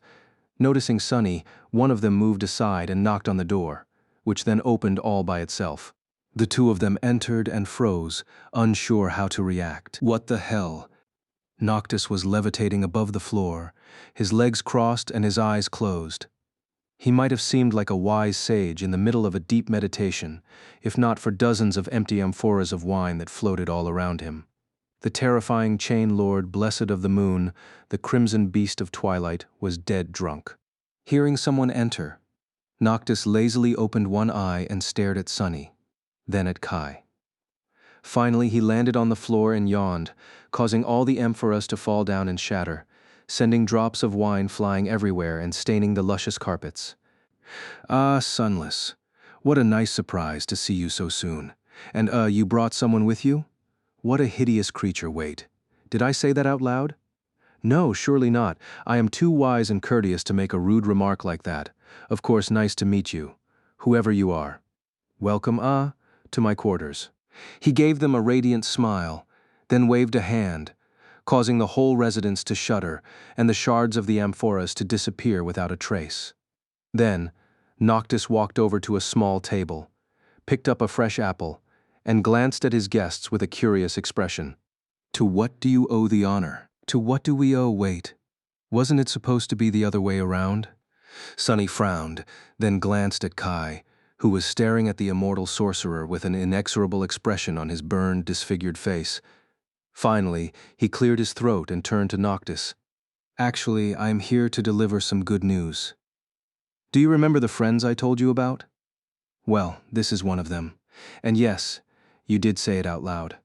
The sorcerer stared at Kai, blinked a couple of times, then took a bite out of the apple. Oh, so this is one of the friends that you were supposed to find after visiting an island that doesn't exist, despite not knowing how they look, where they are, and what they are called. He just happened to be here, in my sanctuary. How fortunate. Sunny smiled. Indeed. This is Nightingale, my dear friend. A man with a voice of an angel, and a face to go along with it.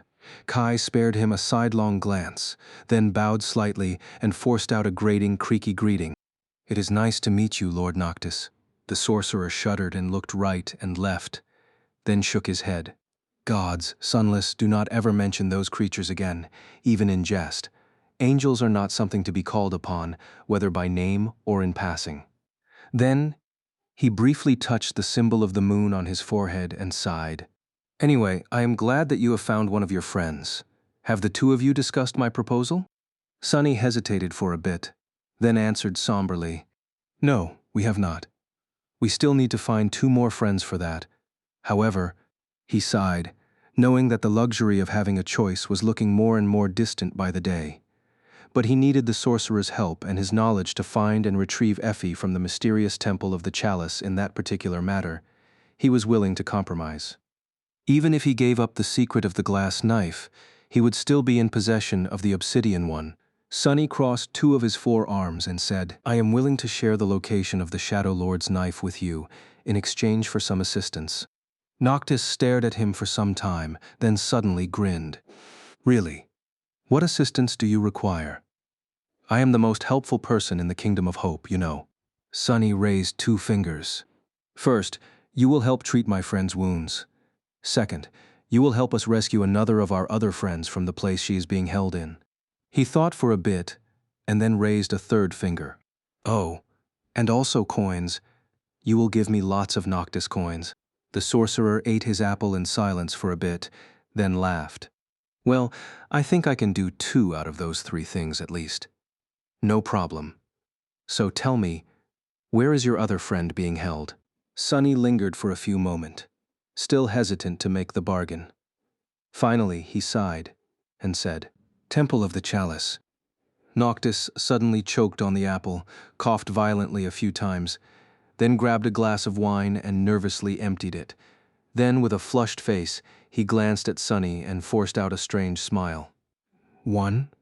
I think I can do 1 out of those 3 things at least. Chapter 663, Heralds of War. Sunny scowled, surprised by that reaction.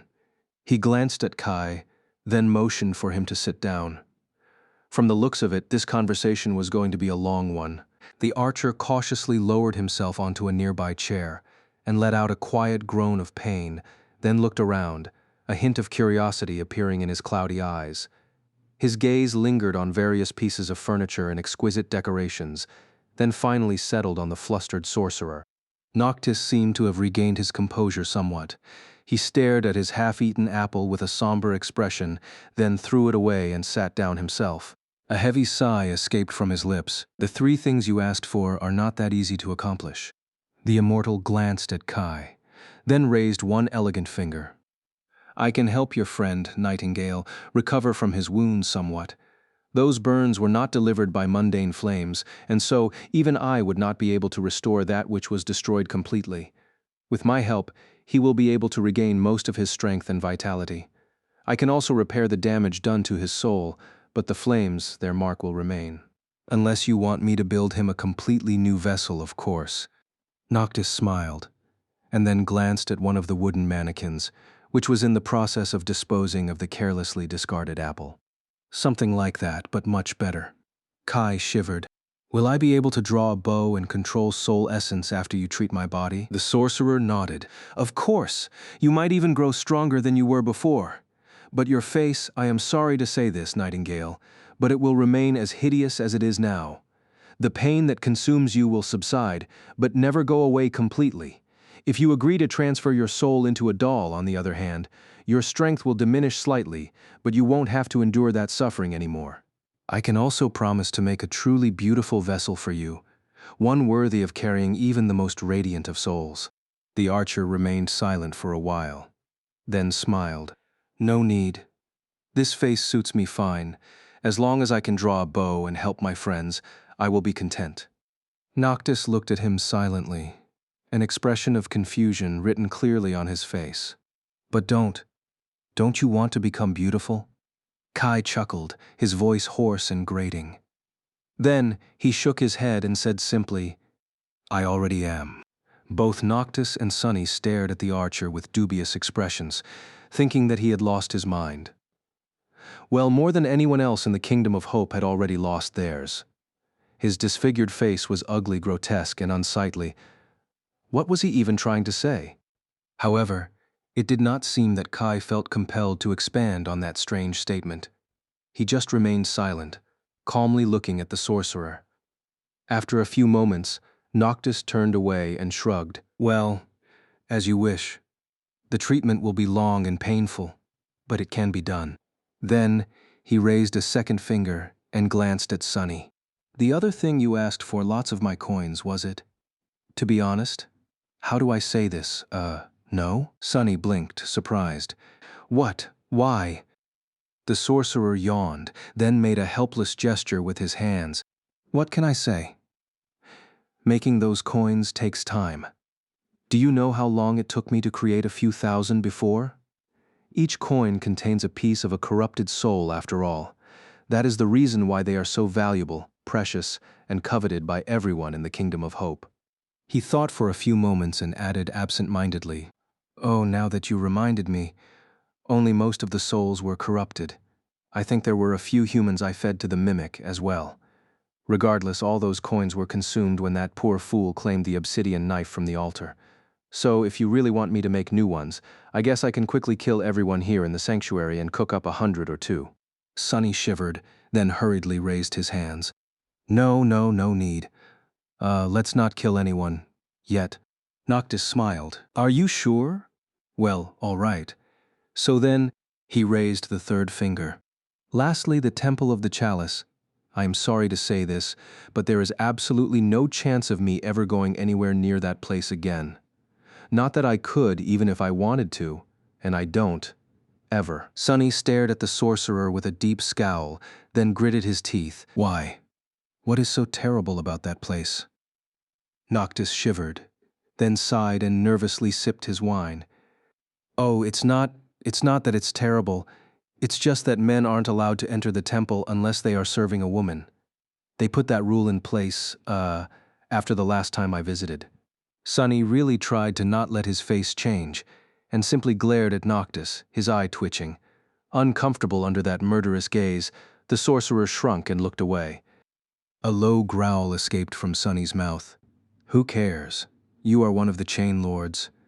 What can they do if you decide to break that rule? Noctis chuckled nervously. You don't get it. Chain lord or not.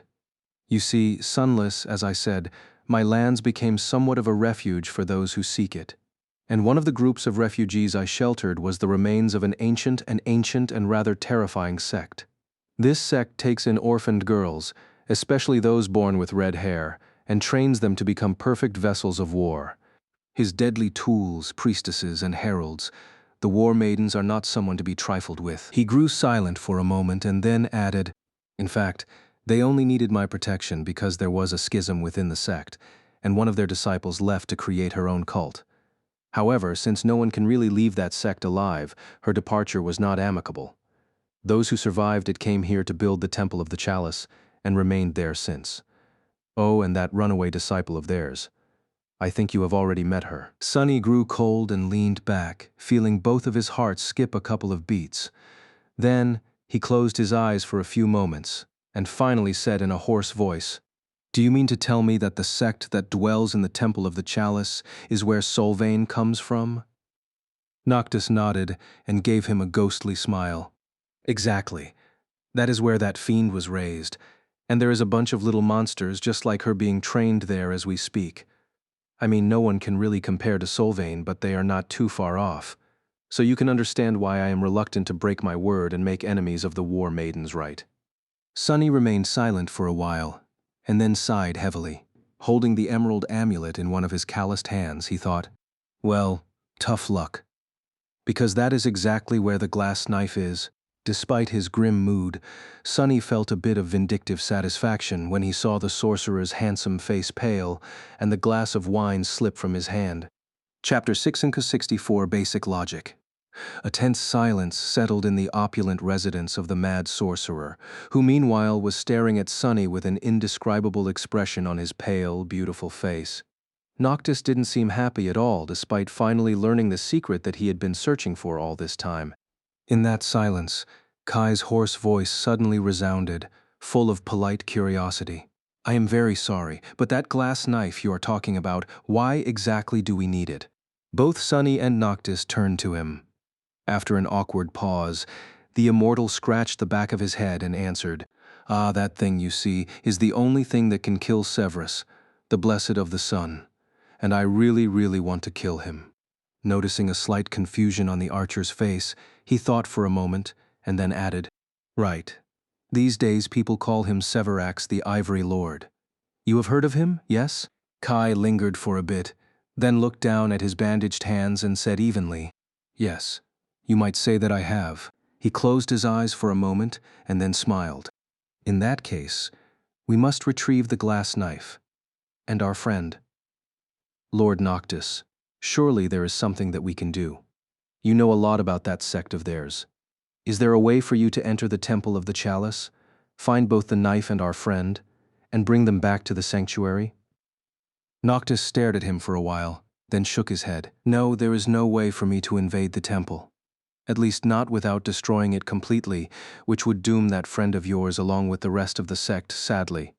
That is also one of the places I can't infiltrate in disguise. Infiltrate it again, I mean." Sunny and Kai glanced at each other, and then the archer cautiously asked, "If that is the case, what if we infiltrate it instead?" The sorcerer stared at them with surprise, and then laughed. "Sunless and Nightingale, what a strange pair you are. Do you not know fear? I have just told you how frightening the war maidens are." Sunny smiled, showing his sharp fangs, and then shrugged. Kai shook his head and answered for both of them, saving him from having to do so. "Oh, on the contrary, both of us are actually very cowardly. But Lord Noctis, you might not know this, but Sunless and I, we can be a bit frightening ourselves." The immortal transcendent gave them a dubious look, and then shook his head. "Somehow I believe it. But no, it doesn't matter. Even if you are willing, you can't get into the Temple of the Chalice. Only women are allowed inside, and not any women at that. They will only give passage to female warriors of utmost skill, those who are veiled in dread and the smell of numerous bloody battlefields, maybe with a couple of lowly servants at best.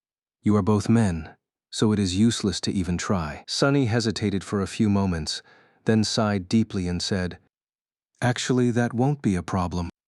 Noctis blinked a couple of times and looked at him with confused amusement. "Ah, how so, Sunless?" The sorcerer gave him a strange look, and then asked with a mischievous smile, "Is there something I don't know about you?"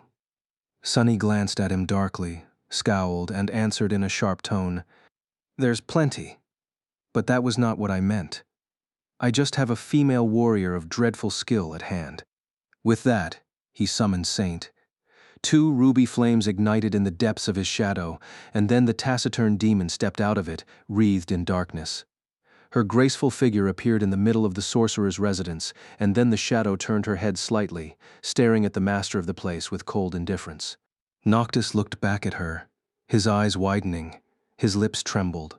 The sorcerer leaned forward, his expression frozen, and then suddenly clenched his fists with excitement. That armor, the design, the fit. O gods, who forged that masterpiece? Sunless, please tell me. Saint tilted her head a little, while Sunny and Kai stared at the immortal transcendent with inexorable expressions. After a few moments of dead silence, Sunny cleared his throat. Actually, I'm not sure. Prince of the Underworld, I think. Wait, haven't you seen me wearing a similar armor?" Noctis glanced at him with confusion, then waved a hand dismissively. "Ah, if I did, you must have not done it justice. This beauty, however, so it was Hope's little brother, huh? Who knew he had such impeccable taste?"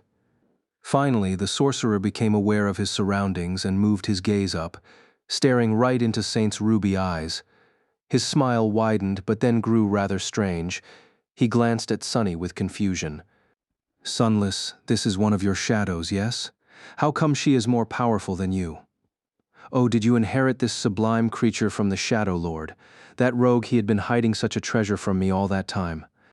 Sunny did not like the way Noctis was looking at Saint one bit. In fact, he suddenly felt a very strong impulse to wipe the lecherous smile off the immortal's face, which would not have been very wise, considering who that immortal actually was. He gritted his teeth. No, if you must know, I've created her myself. And also, she can hear you. Have some manners, will you? Noctis froze, then flinched and suddenly turned very courteous. Sorry. He glanced at Saint, then walked around her, studying the taciturn demon with a very serious expression. The shadow didn't move, seemingly uncaring of his presence. Finally, the sorcerer returned to his previous spot and smiled. That shadow of yours might indeed be allowed into the Temple of the Chalice. She has a presence about her. Even I am impressed. The two of you will pose as her servants, I assume. Sunny and Kai looked at each other, then nodded. The sorcerer turned away, thinking, then said thoughtfully, that might actually work. Once you are inside, you can find your friend and locate the glass knife. That will be extremely dangerous, but not impossible. If you succeed, I can ensure your safe escape, however. Noctis glanced at them, his expression growing somber. Sunless, Nightingale. If things go wrong inside the Temple of the Chalice, even I won't be able to save you. You will be on your own, so ask yourself seriously whether or not rescuing your friend is worth risking your lives over. You can make new friends, you know, but you can only die once. Kai looked at the immortal sorcerer and smiled. It's worth it. Sunny wasn't so quick to speak.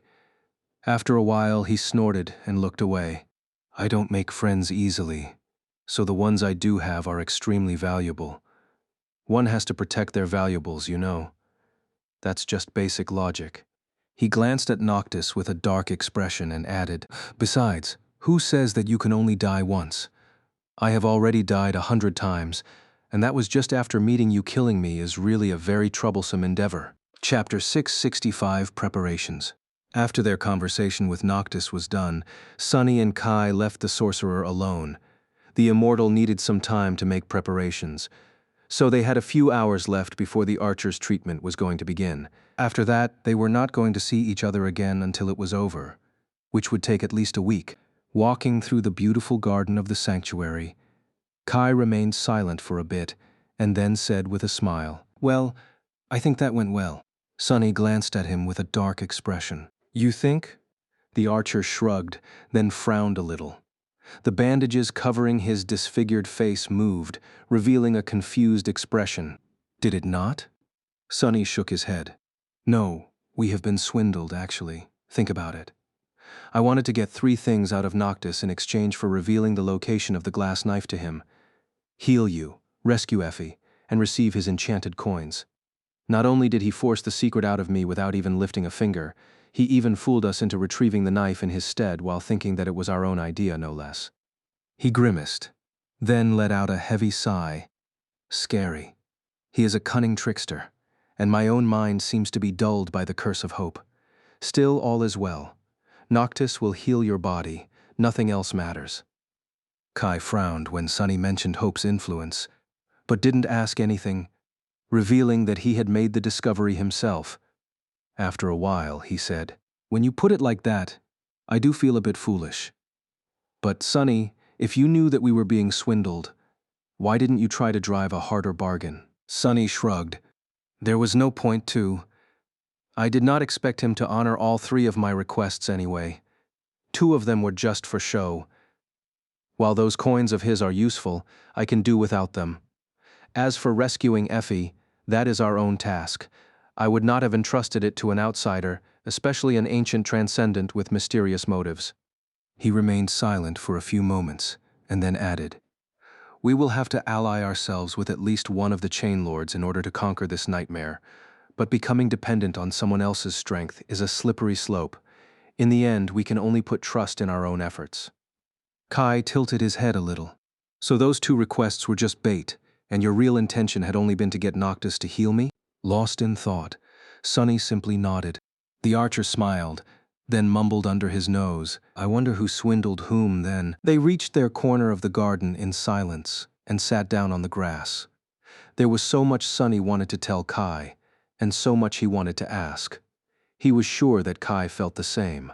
But without even having to say anything, both of them decided to remain silent. They had already shared some things about their experiences in the nightmare, and as for details, that was going to have to wait until the cohort was back together.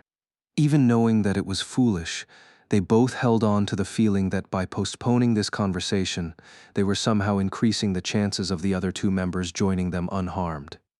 After a while, Kai asked, Do you think that she is all right, Effie? From what Noctis said, that sect is incredibly ancient, formidable, and cruel. If Effie was sent into the body of a disciple, with her temper I hate to admit it, but I am afraid for her. Plus, none of the maidens is allowed to leave that temple alive. How are we going to take her away? Sonny remained silent for a few moments, then shook his head. Effie is more resilient than any of us. Don't forget, she survived in the Dark City far longer than you or I, completely alone. She held the line during the siege of the Spire and survived that too. Effie will be fine. The War Maidens are not as formidable as you might think either. After all, the Temple of the Chalice is destroyed in the future and all of them are dead. I've seen the bones myself. His face grew somber when he remembered the furious wraiths whom he had slain to create his third core. Who could have known that the ruin he had already explored and the Temple of the Chalice were one and the same? Judging by the destruction that reigned over the ancient temple in the future, someone was going to obliterate the fearsome sect between then and now. The War Maidens weren't invincible. Kai sighed. What about Cassie? There is no sign of her. She is not like the rest of us. Her combat skill is commendable, but her aspect is not tailored toward direct confrontation, and with how terrible her flaw is. He grew silent, reluctant to finish the thought. Sonny grinned. Cassie? She is the last person you should be worried about. Believe me, she is doing fine. Probably better than any of us. At least, that was what Sonny wanted to believe. His flaw did not prevent him from saying those words aloud, so he must have been convinced that the statement was true to some degree, at least. However, that didn't stop his hearts from growing cold and heavy. He sighed, and then added in a grim tone, Who you should really be worried about is our fifth friend. Kai frowned and looked at him with a dark expression.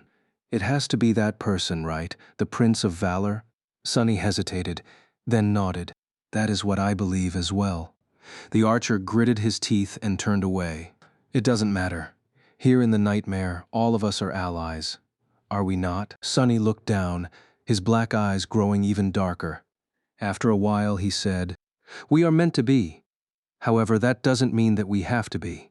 He sighed, and then looked at the people going about their lives in the distance. Mordred is unpredictable and dangerous. I don't know what his goals are, but in this nightmare his power would have grown considerably. Don't forget that he was the one who discovered this seed in the first place, and that wasn't by accident. He was searching for it on purpose. He is after something. Sonny grew silent for a few moments, and then added, his voice turning grim. Plus, there was already something wrong with Mordred in the waking world. Who knows what effect hope had on him? If he had truly gone insane, he shuddered. Then the immortal saints might end up not being our biggest problem. With that, Sonny stood up and summoned the vambrace of the puppeteer's shroud, then glanced at Kai with a strange glint in his eyes. Anyway, since we have a few hours left before Noctis straps you to a table and does spell knows what to your body, how about you show me how to properly use a bow, while you still can, while there's a chance, I mean. Chapter 666, Dark Rider. The sun was slowly drowning in the darkness of the void, and as it did, a veil of shadows was devouring the world. The western horizon was still aflame with the scarlet pyre of the sunset, but the somber night was already approaching from the east. On a desolate island covered by tall pillars of jagged rock, a numinous temple stood, its beautiful stone walls painted red by the light of the drowning sun. All around it, countless swords were thrust into the patris ground, rising from it like a solemn graveyard of steel. There was only one path through the forest of blades, and as the twilight of dusk approached it, a dull, echoing ringing suddenly resounded from the darkness, then traveled through it, slowly growing closer and closer. It was the sound of adamantine hooves ringing against stone. Soon, 4 crimson flames ignited in the shadows, and then revealed themselves to be 4 eyes. 2 belonged to a Stygian destroyer, the other 2 to its dark rider. The steed was black as night, with dreadful horns crowning its head. It walked forward with a steady pace, fearsome and noble, lean muscles rolling under its lusterless coat. The rider was a graceful woman in intricate onyx armor, her face hidden behind the visor of a closed helmet, with only ruby lights shining through it with indifferent resolve. Her presence was both calm and fearsome, full of quiet confidence and frightening strength. The blade of a great odachi rested on her shoulder, its steel as dark as the heart of the night. 2 steps behind the taciturn knight, 2 creatures walked with their gazes lowered to the ground. One was a towering 4-armed demon dressed in a black kimono, his dark hair tied with a silk ribbon. The other was a strange human with skin that resembled polished bark, wearing a fitting dark garment made of soft silk, his disfigured face hidden behind a wooden mask and drowning in the shadow of a deep hood. Neither of them was armed. The dark knight led her horse to the first steps of the path through the graveyard of swords and stopped waiting. Her ruby eyes burned with cold calmness, as if the woman had a heart made of stone, incapable of feeling fear, unease, or trepidation. Her servants, however, were not as aloof. Both stole glances at the magnificent stone temple, tension clearly written on their faces. A few moments later, the human asked quietly, "It is too late to turn back, isn't it?" The demon did not respond, not that he was capable of speaking in the human tongue. Instead, he simply nodded, then froze, as if sensing something. The other servants sighed and grew silent as well. There was no one and nothing around them, just the pillars of jagged rocks and the swords thrust into the ground. The island was awash in the blood-red radiance of the dying sunset, with deep shadows nesting in the spots from where the sunlight had already fled. A gust of wind suddenly blew, bringing with it the smell of iron. And then, out of nowhere, they were surrounded by a dozen silent figures. All of them were beautiful women, wearing light garments made of red silk. Their bodies were slender and supple, their skin smooth and soft. The sight of them might have been alluring if not for the sharp coldness of their eyes, the ruthless expressions written on their tantalizing faces, and the murderous glint of their blades, all aimed at the uninvited guests. Sunny shivered. Damnation! Noctis had not been joking when he described the war maidens as fearsome.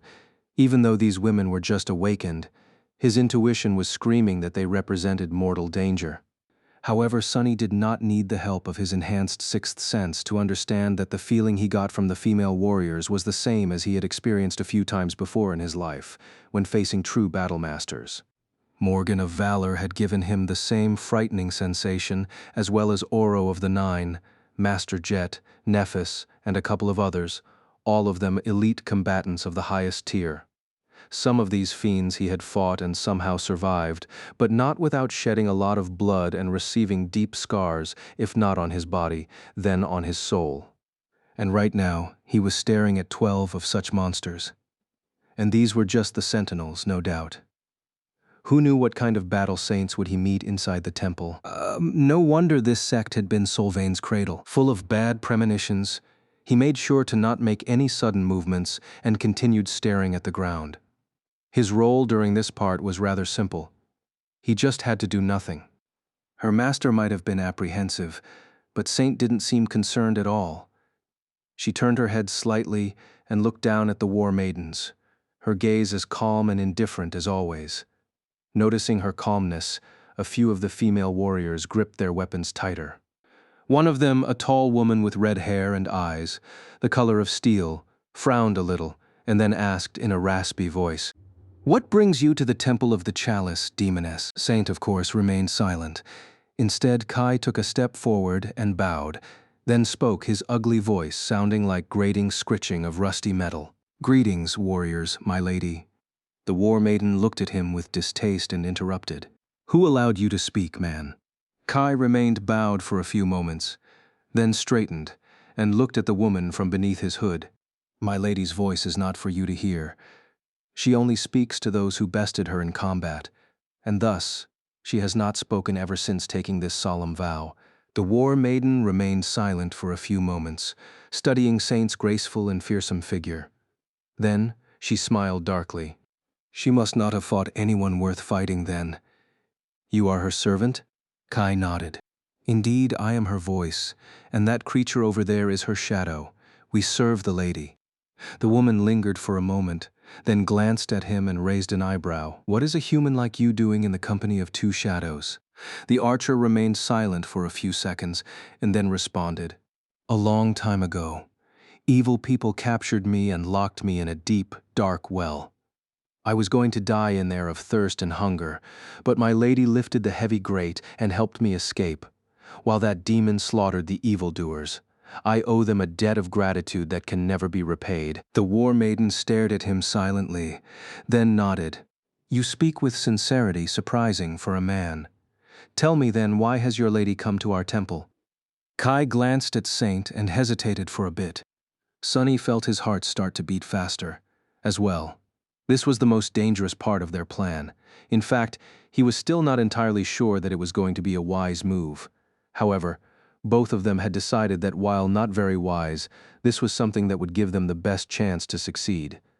Full of tense anticipation, he silently gritted his teeth. Finally, the archer looked at the war maiden and said, his voice calm and steady, She has come to take back that which belongs to the shadows, to retrieve the death of the Ivory Lord from your hands, whether you are willing to return it or not.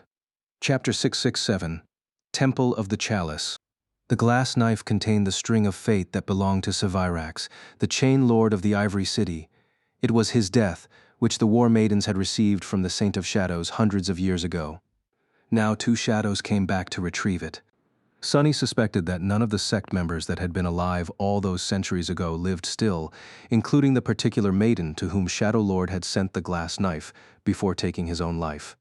As such, none would remember the four-armed demon who had delivered it, most likely. And yet, the current disciples of the cult had to know what was being kept in their temple and how it got there. So, there was a chance that they will just hand it over to the original owners, no matter how slim. If not, they would allow Saint and her entourage inside, at least. That was Sunny's hope, and judging by the fact that the maidens did not immediately attack after hearing Kai's provocative statement, his calculations were not wrong. The tall woman who had spoken to them grew still as soon as the glass knife was mentioned, a somber expression appearing on her face. She studied Saint's motionless figure, then said coldly, her raspy voice growing slightly hoarse, So the day has come. How fortunate we are to witness it. Someone finally dares to challenge the Red Sect for the ownership of the ancient relic. Who knew that I would witness this children's story come true? She smiled darkly, then tilted her head, no humor in her sharp gray eyes. However, you are wrong, Shadow. The glass blade does not belong to you or any of your kin. It had been entrusted to our foremother, who passed on the duty of protecting it to her wards and through them to us. The woman lingered, then sighed. However, it is not my place to put you in yours. Come, demoness, let me welcome you to the Temple of the Chalice.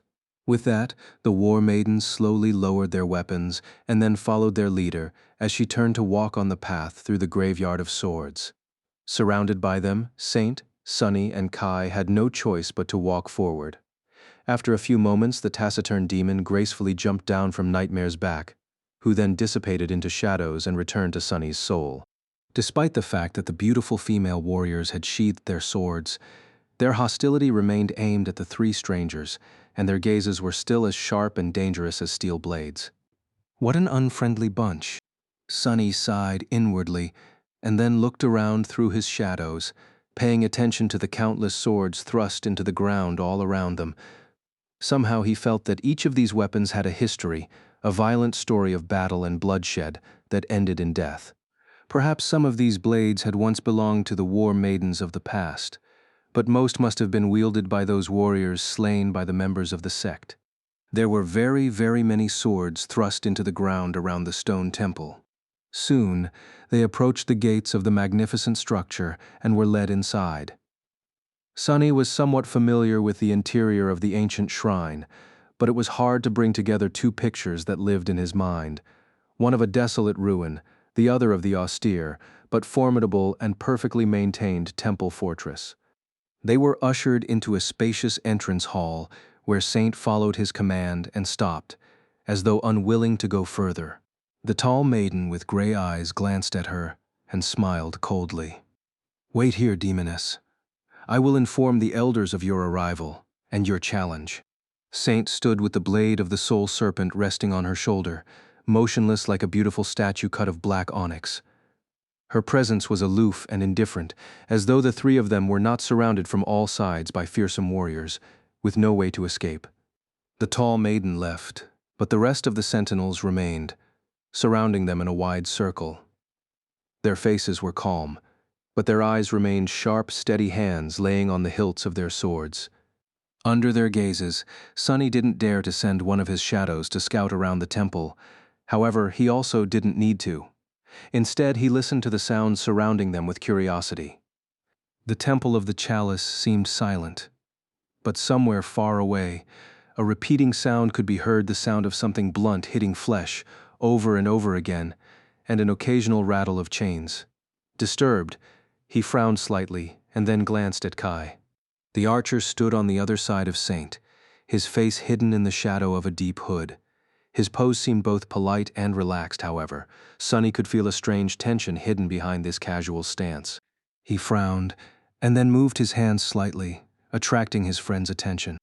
Kai lingered for a moment, then spoke in the language of the waking world without turning his head. "Yes, I found it. Why would Sunny need to use his shadows to explore the temple if he had Nightingale by his side?" Kai's awakened ability, after all, allowed him to see far and wide, and even peer through solid objects. Very few things could hide from his gaze. So, his task was to locate one of the two things they were looking for, the glass knife, and just in a few minutes he had already succeeded. Kai, however, did not seem too happy. "Sunny, I think we might have a slight problem." "Damnation." Sunny scowled, not liking the tone of his friend's voice one bit. He turned his head slightly, glaring at the young man in the wooden mask. The archer sighed. "You see, in the center of the temple there is a large hall, and in the center of that hall stands a giant stone chalice. The chalice is filled to the brim with raging white flame. That fire is just like the fires that burn in the sky below. In fact, I am pretty sure that one of those orbs of divine flame is somehow contained within it." He lingered for a moment, and then added grimly, "The glass knife is on the bottom of the chalice, right in the middle of the annihilating divine flame." Chapter 668. Vessels of War. Damn it all. Why did it have to be the divine flame, of all things? The three of them were finally allowed into the central hall of the temple, where a tall chalice cut of a single slab of gray stone stood, full of blinding white fire. The hall was drowning in stark light, deep shadows, and suffocating heat, however. Even that sweltering heat was too forgiving. This close to the orb of Sun God's flame, all of them should have been already turned to ash. Sunny stared at the chalice with a grim expression, remembering the suffering he had gone through in the sky below. This was a true remnant of the obliterating pillar of white fire that had been brought down on the kingdom of hope by a god and then continued to burn in the depths of the shattered land, slowly devouring it until nothing but an empty void remained. The pale version of it that he was able to channel through the cruel sight was already immensely destructive, and this was the real deal. How was the chalice even capable of containing the annihilating white star? He shivered, and then glanced under the surface of the stone vessel, noticing an intricate weave of ancient runes glowing inside the gray stone, an enchantment, and a powerful one, at that. What kind of sorcerer had created it? Who had been powerful enough to contain a piece of divine fury?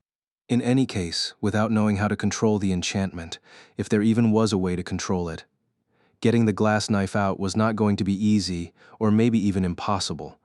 Their task just grew exponentially more difficult. Damn it all. Absorbed by the dire sight of the stone chalice, Sunny didn't even notice the three women standing in front of it for a moment or two. When he did, however, his mood dropped even further, turned into black silhouettes by the furious white flame burning behind them. Three ascended battle masters watched the uninvited guests with eyes full of cold, cutting, killing intent. One had red hair and wielded an odachi similar to his own, its blade forged out of vibrant scarlet steel. One had black hair and held a simple spear, its shaft covered by a complicated weave of runes. One had white hair and was unarmed. That last one scared him the most. Solvane, too, didn't feel the need to wield a weapon. If the first two maidens seemed like warriors of terrifying skill, the third one gave him a sensation of being something much more than that. A true vessel of war, perhaps. He carefully looked around the hall, remembering how it had looked in the future. The stone slabs covering the floor had been cracked and misshapen, the mighty pillars broken and toppled over, the roof had collapsed. The walls of the hall, seemingly so strong and unassailable, had been shattered outwards, suggesting that something had detonated in the center of the hall with tremendous force. The chalice itself had been destroyed, with only a few fragments laying on the floor in a molten pile.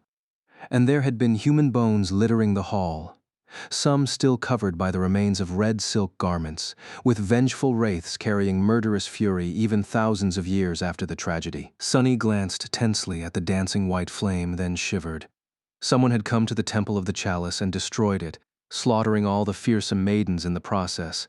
Had they been looking for the glass knife as well? Was he going to meet that terrifying being? Or had he perhaps met them already? Two faces suddenly appeared in his mind, that of Solvane and that of Noctis. His thoughts were interrupted by one of the ascended maidens. The woman who seemed the most powerful, the fiend with white hair, looked at Saint with a cold expression and said, her voice echoing in the stark darkness of the hall, "I've been told that you wish to retrieve the legacy of our foremothers, Shadow." Saint lingered for a moment, then moved her head slightly, nodding. The maiden smiled, sending chills running down Sunny's spine. "Then your task is very simple. All you have to do is prove yourself before the chalice. Kill me, and then my two sisters. If you do, the glass blade will be yours." Saint tilted her head a little, expressing an indifferent agreement. Sunny let out a furtive sigh of relief. So, there was a ritual to release that glass knife into someone's hands, after all a trial that those seeking it had to pass. A simple duel, or rather 3 consecutive ones, against the senior warriors of the ancient sect. These ascended were truly formidable, but fighting them was better than having to face against the entire sect. His worst expectations had not come true. As for whether or not Saint would be able to kill the 3 ascended priestesses, he wasn't sure. However, there was at least a chance. And after the leaders of the sect were dead, finding and rescuing Effie would be much easier. As the war maiden with white hair grew silent, another one, the woman wielding the scarlet odachi, spoke. "However, first, you will have to prove that you have the right to challenge us. You will fight and kill a disciple of each of us." As soon as she stopped speaking, the third one said, "Or you will die." Sunny hid a triumphant smile. 3 awakened warriors were not going to pose any threat to Saint, who was an ascended demon, and formidable well beyond her rank and class. However, something felt off. He couldn't tell what at the moment, but his intuition was filling his hearts with unease. Sunny glanced at Kai and noticed a similar apprehensive expression in the archer's eyes. He nodded slightly, prompting the young man to step forward and bow. "My lady accepts.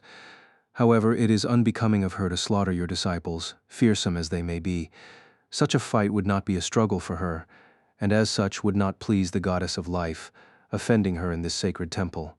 If these disciples wish to challenge my lady, they will have to defeat her shadow first." The war maiden with white hair laughed, then took a step forward.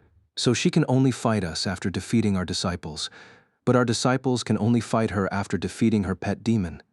Fine, fine, let it be so. No shadow can defeat a vessel of war. He was going to die after your lady's body is torn apart anyway. Let the creature be destroyed first." With that, she turned to one of the younger war maidens and smiled darkly. "Let us not disappoint our guests. Go, bring the feral child. I have the misfortune of calling my successor here. She will atone for her transgressions today by killing these two shadows." Sunny was pushed forward and offered a choice of weapons. After hesitating for a few moments, he raised a fearsome greatsword with his upper hands and took a buckler and a long dagger with the lower. Then, he walked into the center of the hall and froze, watching the divine flames burn in the darkness. All things considered, things had turned out well. The ascended war maidens had been cunning, offering the lives of their disciples as sacrifices, no doubt in order to glean the secrets of Saint's skill before facing her. Knowing the enemy was half the victory, after all, by remaining a mystery while observing how their opponent fights, the three battle masters would have received an advantage that Sunny couldn't allow himself to give them. Now, however, he was going to fight and kill three of the awakened maidens, thus keeping Saint as mysterious as these battle masters were. Facing such fearsome opponents was not going to be easy, but he was sure of his ability to outsmart, overpower, and slaughter them. Fighting such skilled warriors was only going to enrich his mastery of shadow dance. More importantly, they were not going to have to fight against the whole sect. The chalice containing the divine flame was not going to be shattered, and the temple was not going to be turned into a ruin. Whatever it had been that had happened here in the real world would not befall Sunny and Kai, leaving them unscathed. All he had to do was to kill three young women, one after another. They would be fearsome combatants, no doubt, especially due to the madness of hope coursing through their veins, but he had faced far worse. Sunny felt confident in his ability. A few moments later, however, his black eyes narrowed. Staring at his first opponent, Sunny couldn't help but shudder and let out a low growl. Damnation. Chapter 669, Feral Child. When Sunny heard the white-haired war maiden refer to her disciple as a feral child, he assumed that she was speaking about an especially ferocious female warrior being trained in the ancient sect of war. What he had not expected, however, was that his enemy would turn out to be a literal child. Damnation. As Sunny watched with a grim expression, two of the awakened maidens dragged a girl of about 11, maybe 12 years of age, into the hall, then threw her on the stone floor in front of him. The girl had a scrawny, juvenile body that did not seem to have touched on the path to maturity yet. Her short, wild hair was of a vibrant red color, almost the same as the torn silk garments she wore. Her skin was pale and white, or at least it was supposed to be. Instead, it was blue and black, almost the same color as Sunny's own, which had been made to resemble obsidian by the embrace of his shadows. The girl had obviously been often and cruelly beaten, to the point that it was hard to notice a spot free of bruises on her once tender body. The whites of her eyes were hidden by the cloudy red layer of blood that had burst from ruptured vessels, making the child look like an actual beast. Hitting the floor, the girl remained motionless for a few moments, then let out a long sigh and slowly stood up, lean muscles rolling under her bruised and lacerated skin. Even though she seemed tall for her age, she was still too small to reach up to Sunny's chest. Curse these mad witches! Suddenly full of fury, he glanced at the three ascended war maidens with a dark expression, then looked down at the abused child in front of him. Was this whom he had to kill? Just a few moments ago, the task seemed so easy. The girl, meanwhile, finished picking herself from the floor and faced the war maidens with an insolent, contemptuous expression on her bruised face. With wild flames burning in her eyes, she spat a bit of blood on the floor and then bared her teeth in a feral grin. What now, you old hags, more training? And here I was just starting to enjoy my daily punishment. Despite the rude words and the recalcitrant tone, the girl's voice was soft and childishly high, and as the result, what she had meant to sound defiant ended up sounding comical instead. Flustered by that, she gritted her teeth, and then proceeded to make a rude gesture with her hand as if to better articulate her point. Sunny's heart suddenly grew cold. He flinched slightly, his pupils widening in shock. No. He was already torn about the fact that he would have to kill a child, and this was going to be a battle to the death, whether he wanted to or not. The war maidens had made it abundantly clear, showing mercy would be the same as admitting defeat, thus surrendering both his own life and that of Kai to their slaughter. But when the girl spoke, things took a turn from bad to worse, because even if he had not recognized that tone, which he instantly did, Sunny was pretty sure that the inhabitants of the Kingdom of Hope were not in the habit of expressing their meaning with their middle fingers. That was a thing humans in the waking world did, which left only one possibility. The feral child in front of him was Effie. God damn it. Now, there was no chance at all that he would kill his opponent and follow the ritual set for them by the maidens. All that stuff about not having to fight the entire sect he had felt relieved about a few minutes ago, any possibility of that was basically gone. How were they going to get out of this one? He gritted his teeth, a low growl escaping through them. Hearing it, the senior war maiden smiled coldly, and then stared at Effie. No training today, insolent child. Instead, a test. We have guests today. You see, kill them, and I might order your older sisters to feed you today. You have been demanding food, have you not? At the mention of food, a somber expression appeared on the girl's bruised face. She hesitated for a moment, and then turned around searching for these guests she was supposed to kill. Because of how the hall was lit, the figures of everyone who stood near the entrance and along the walls, Saint, Kai, and dozens of war maidens who were here to witness the challenge, appeared as dark silhouettes. The only one whom she could clearly see was Sunny. Effie stared at his abdomen for a few moments, confused. Then she slowly craned her neck, looking higher and then higher still. Her face gradually grew paler and paler until a hint of fear appeared in her eyes. "Whoa, hey there, big guy." She shivered, then glanced back at her teacher. "Are you joking? I am supposed to kill that monster?" The war maiden shook her head. "Not a monster, a demon. Why are you not hungry?" Effie lingered for a few moments, then asked in a little voice, "Do I get any weapons, at least?" The white-haired warrior chuckled cruelly. "Your fists should be enough. Use your tongue if they're not. It has been sharper than a blade lately, after all." The scrawny girl grimaced, then sighed and clenched her fist, turning to Sunny with hunger and resentment mixing in the bright eyes. Her soft voice resounded in the hall, full of reluctant determination. "All right then, let's kill a demon. Ah, the things a girl must do to earn a dinner." Sunny lowered his sword, staring at her with furious intent. "You idiot, it's me. Are you going to recognize me or not?" A weave of runes suddenly ignited on the stone floor of the hall, creating a circle around them. There was some sort of a barrier preventing either from escaping now, and outsiders from offering them help. The only ones left inside were Sunny, Effie, and the 3 war maidens standing in front of the chalice. Sunny hissed, trying to get the child to look at him. "Scrap, the emerald amulet, I better get it right now." He released the hilt of the greatsword with one hand, intending to use it to fish out the amulet from the folds of his kimono. "If Effie doesn't recognize me, I'll have to really fight her until I come up with a plan. Luckily, she is just an awakened. With my 3 cores and shadow augmentation, it should not be 2. Before he could finish the thought, however, the scrawny girl suddenly lunged forward with shocking speed and struck him in the abdomen with her tiny fist. The towering 4-armed demon folded like a piece of paper, spat a torrent of blood, and was thrown a dozen meters back like a weightless doll. Crashing into a stone pillar, he sent a net of cracks running through its gray surface and then rolled down to the floor. Stunned by the tremendous, ridiculous force of that single blow, Sunny tried to push air into his 4 empty lungs and stared at the little girl with dread. "Right, that is Effie. All right. Curses." Chapter 670 with Kid Govs. Because of Effie's easygoing personality and affable attitude, it was easy to forget just how fearsome of a warrior she was. Out of all the members of the cohort, she had survived on the Forgotten Shore the longest she had done so while hunting down nightmare creatures on the cursed streets of the Dark City all alone, as well, mostly because anyone willing to help her would have been disposed of by the ruler of the Bright Castle, who had been scorned by her rejection.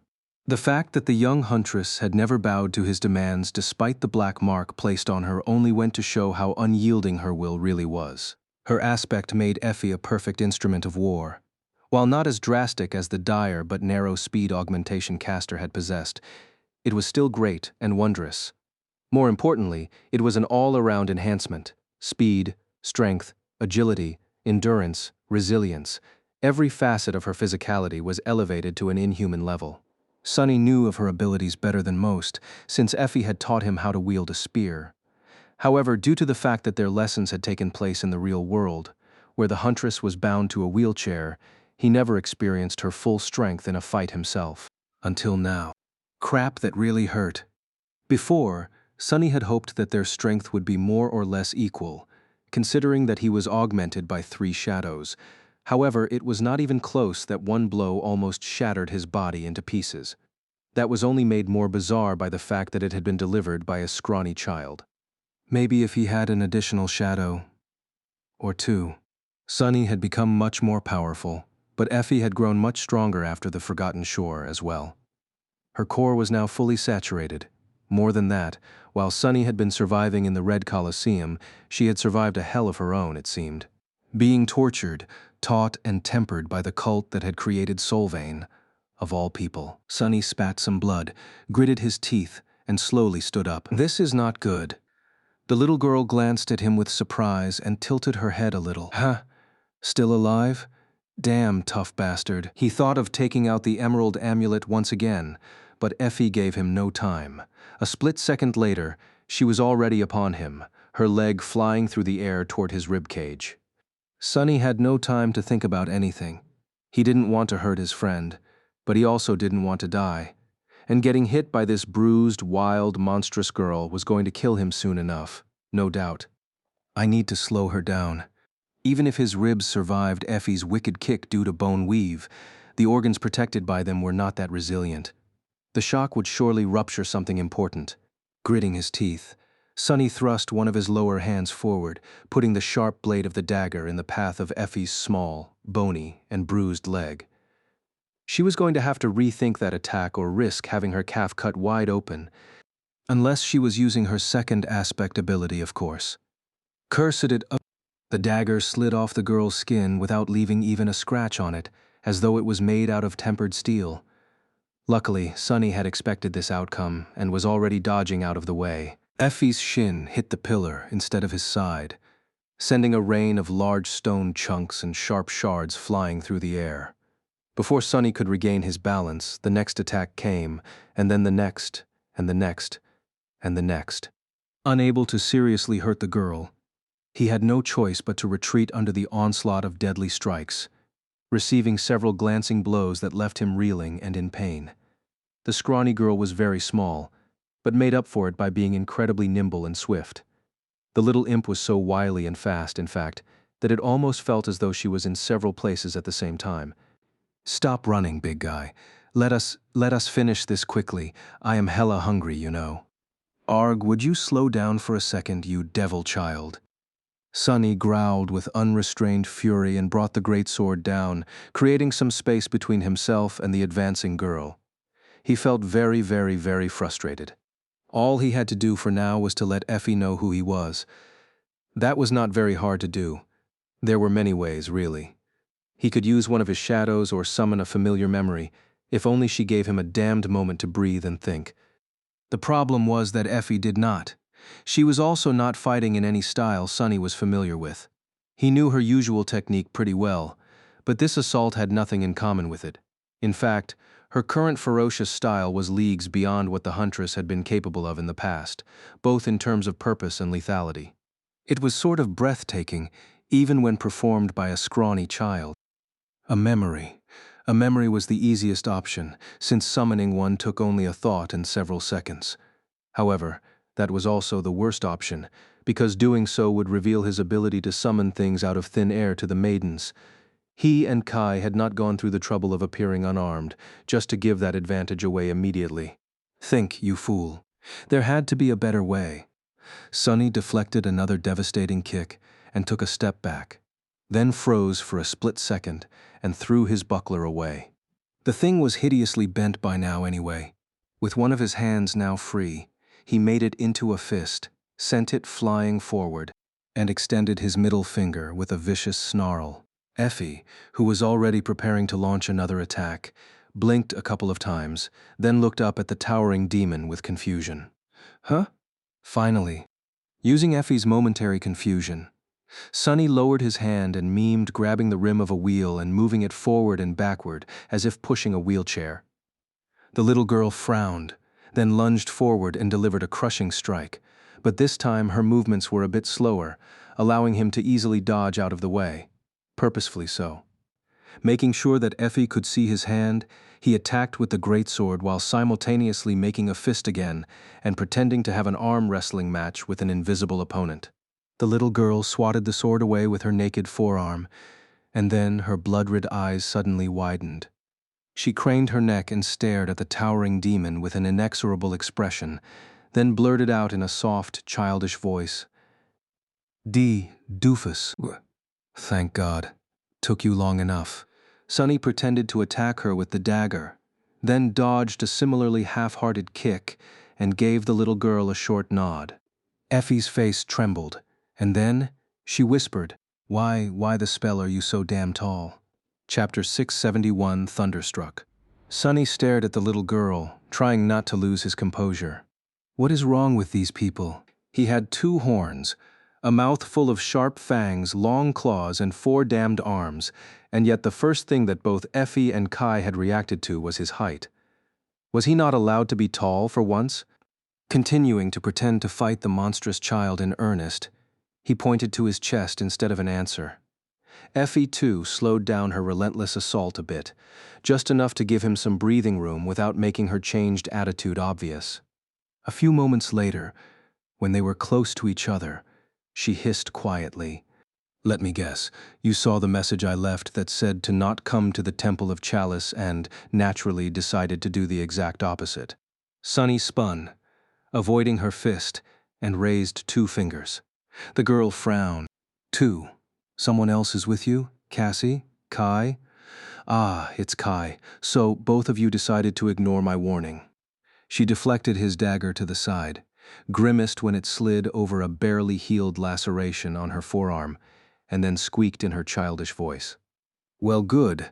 I might have been too full of myself, thinking that I would be able to actually escape this damned place. So I am really glad that you came. Sonny thrust his greatsword forward, narrowly missing the girl's head, and then let out a low growl. Effie gritted her teeth.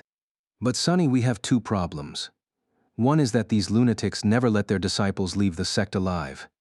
The second is that if one of us doesn't kill the other in this duel, my teachers are going to kill us both so. She caught his sword with one hand, then brought her fist on its blade, shattering it and making Sonny stumble. So I hope that you have a plan. No, I know you do, don't you?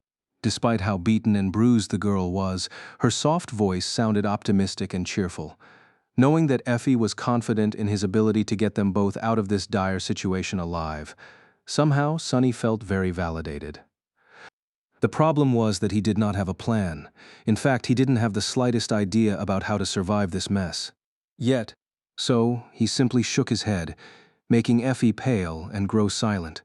As they continued to fight, Sonny thought feverishly.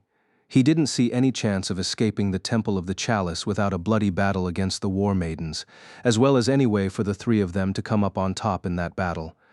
Effie was strong and fearsome, but she was not Solvain. She would not have been able to fight her way out of the sect as that fiend had. With Kai and Sonny added into the equation, however, things still didn't look too good. Out of the 3, Sonny was the powerhouse. Even though his physical might was lesser than that of the Huntress, overall, he was a much deadlier creature. Added to that were his 3 shadows, 2 of which were ascended demons, while the 3rd was an awakened terror.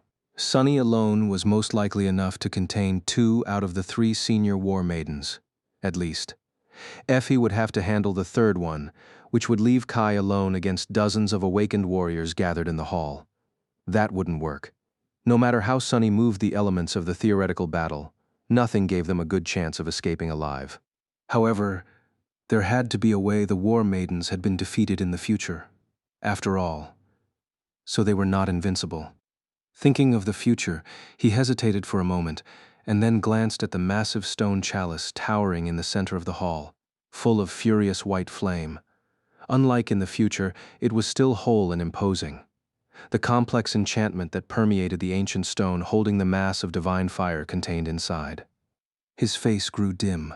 I don't like this idea, no.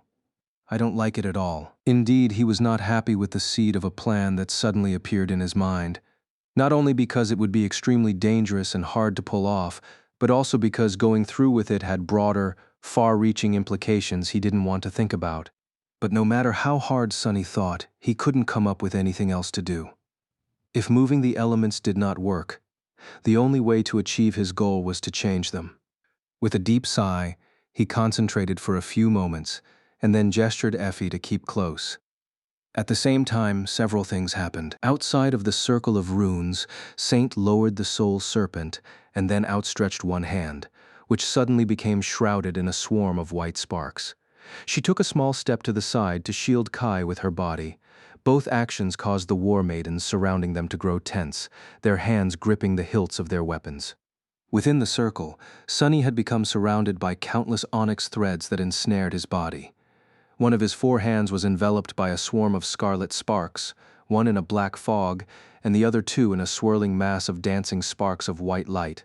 The three senior maidens overseeing the fight frowned when they saw the four-armed demon undergo a strange transmutation.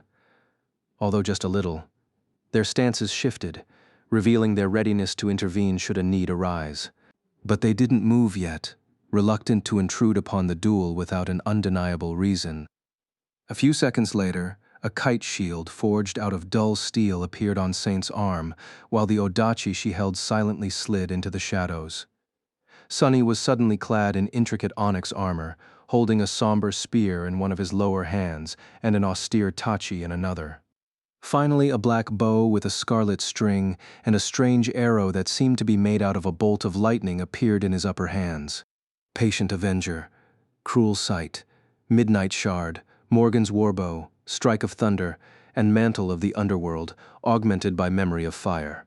He had summoned all these memories at the same time, knowing that he might not have a chance to do so later. And there was one last memory that he had called upon. As the light around him suddenly dimmed, the shape of a small black lantern started to manifest itself in the air, spinning around before the senior war maidens reacted. Sonny knocked the strike of thunder on the string of his bow. Then, he poured a massive flood of essence into the bow and drew it, activating the Death Dealer enchantment. Unbending Enchantment's description. This adamantine bow demands a giant's might to be bent. Because of that, arrows shot from it travel as far as the eye can see and strike with terrible strength, piercing both armor and flesh. Death Dealer enchantment description. This bow is able to consume a large amount of essence to deliver an obliterating strike. And finally, Scaged Lightning enchantment description. This arrow strikes as fast as a bolt of lightning and chains its devastating damage to several nearby creatures. Feeling his reserves of essence instantly diminish by a vast amount, Sonny gritted his teeth and released the string. At the last moment, all three of his shadows slid off his fingers and wrapped themselves around the strike of thunder.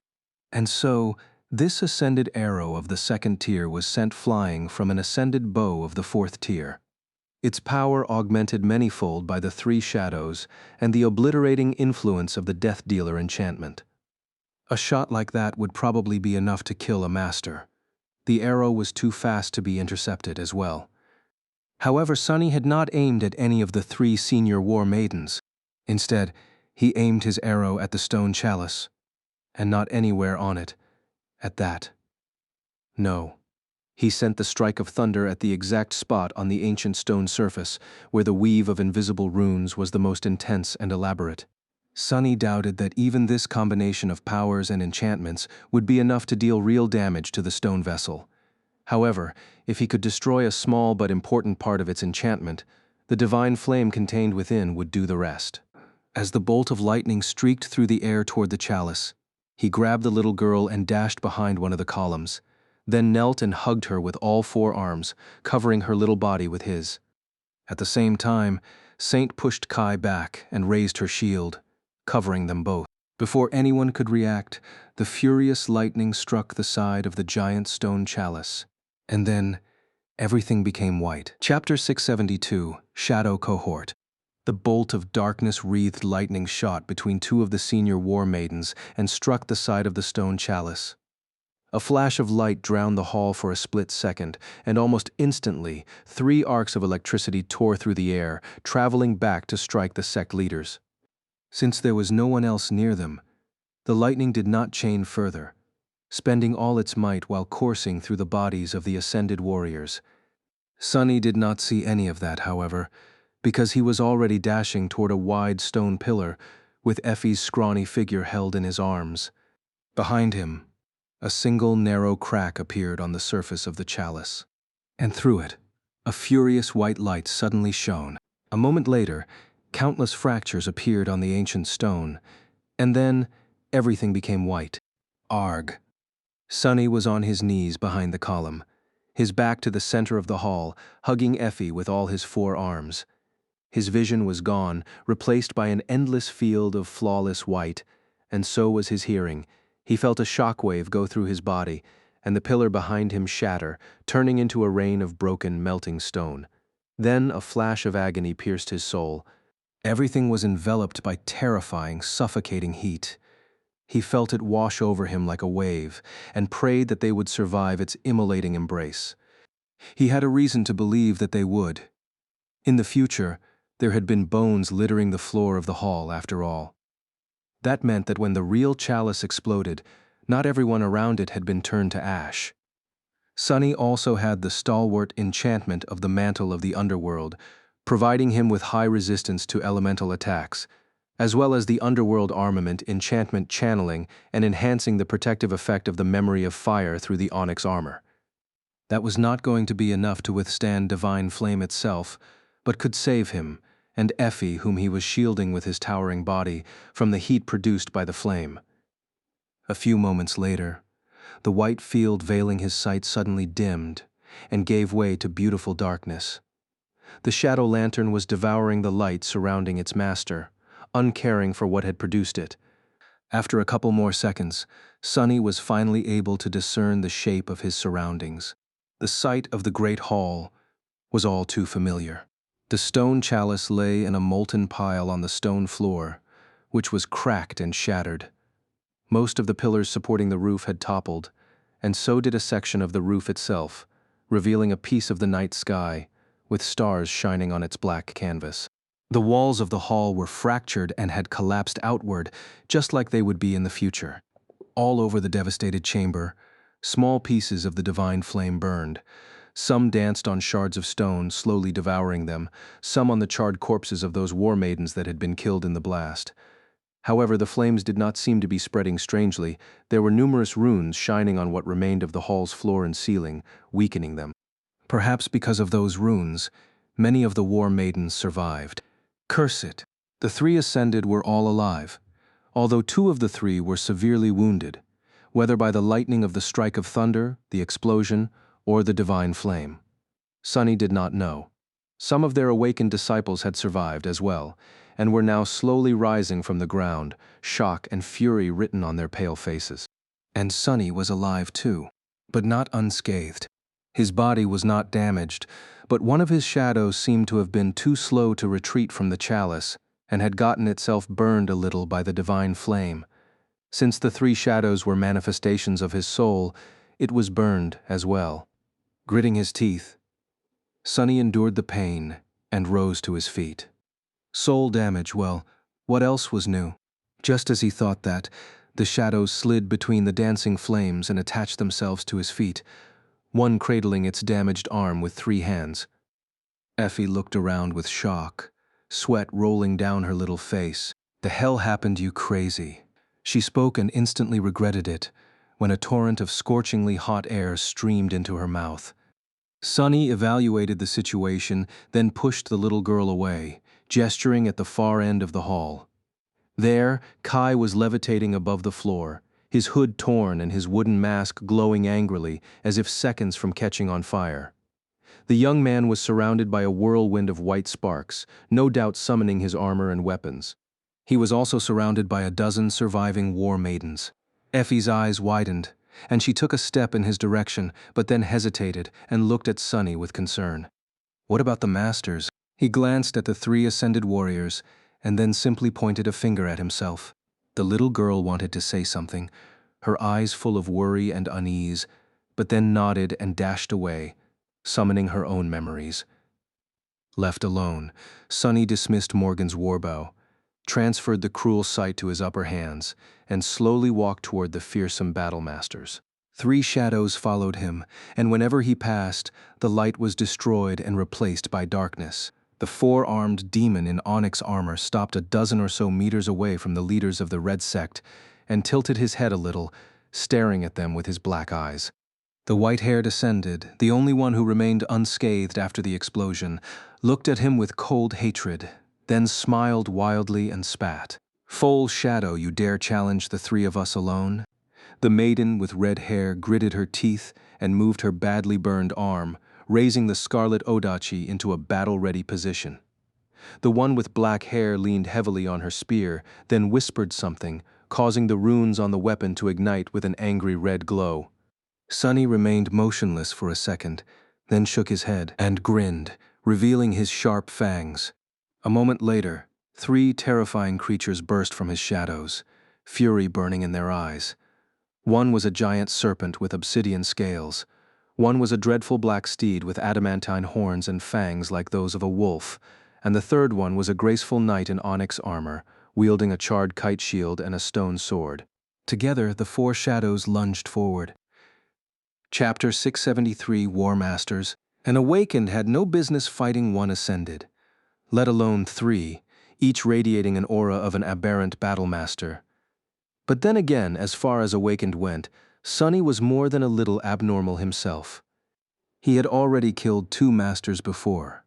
Pierce, one of the wardens of the Night Temple, and the fearsome Red Priest, the slave overseer of the Colosseum.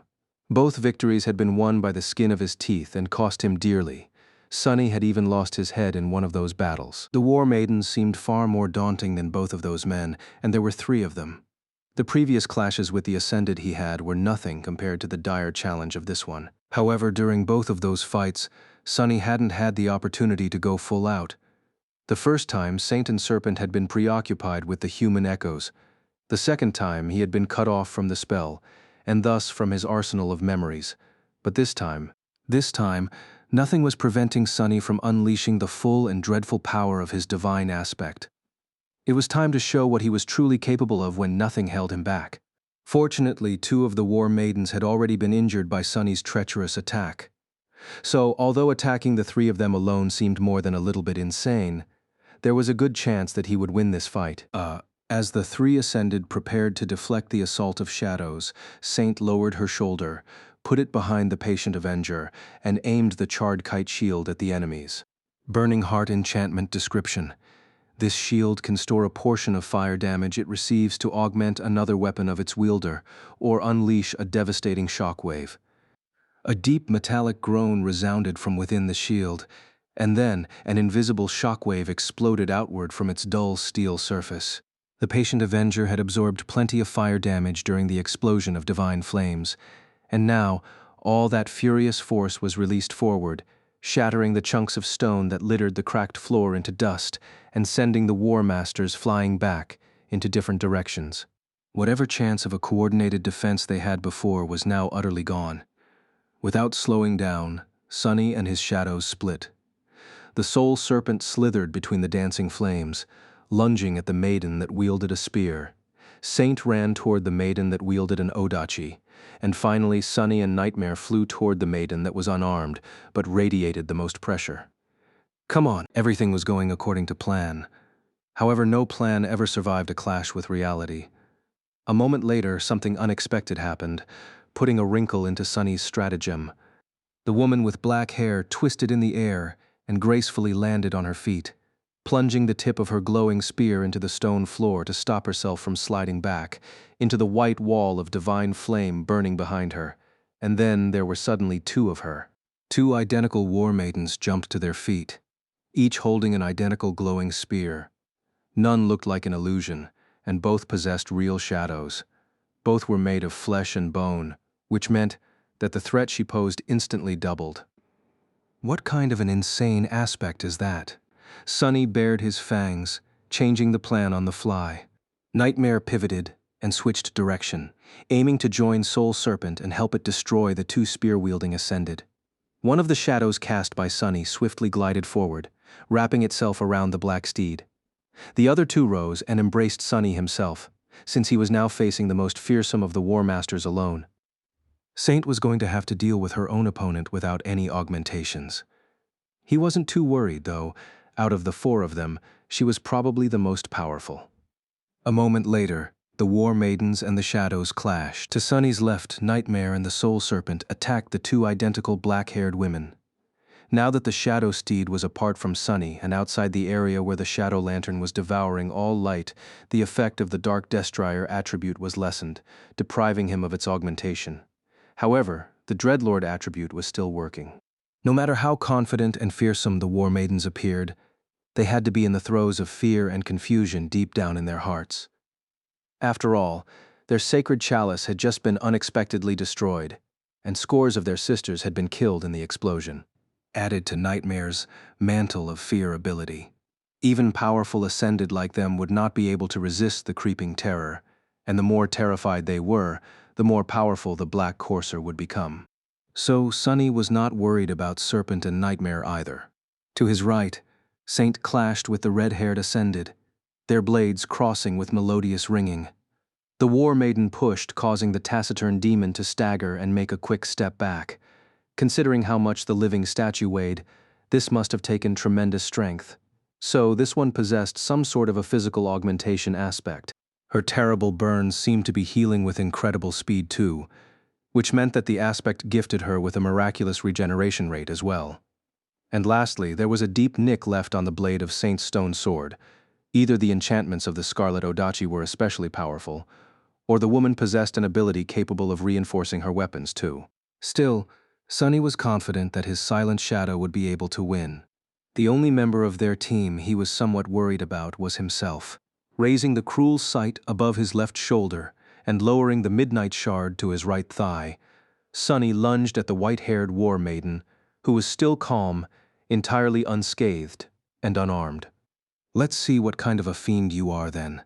Looking at the attacking demon with cold hatred, the woman simply outstretched her empty hands.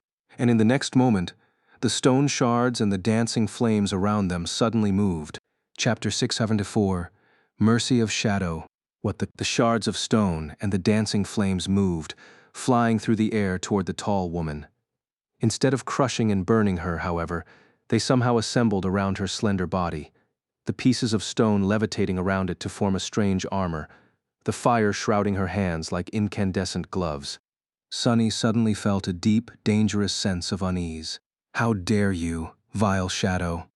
The voice of the War Maiden thundered in the darkness that the Shadow Lantern had created, and then, two furious white eyes ignited in its depths, piercing Sunny with a murderous gaze. "How dare you challenge war?"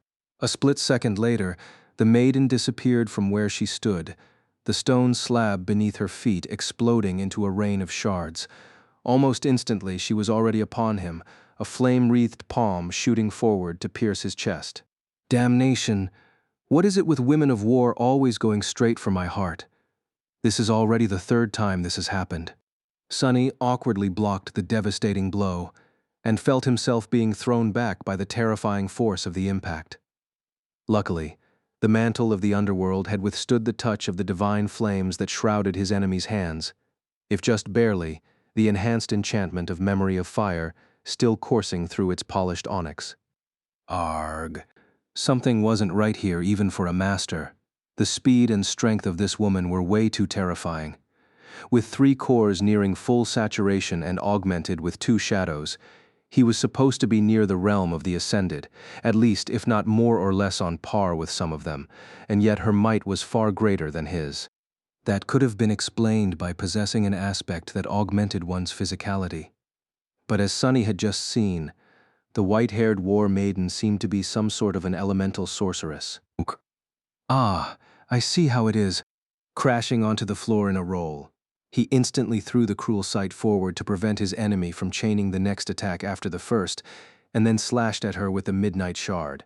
The blade of the austere Tachi scraped fruitlessly across the carapace of levitating stone shards surrounding the War Maiden's body. It seemed that the effect of her aspect was broader than just elemental control. Not only was the fearsome leader of the Red Sect capable of manipulating the elements, she also drew power from them. The stone probably enhanced her strength and endurance. The fire, her speed, attack power.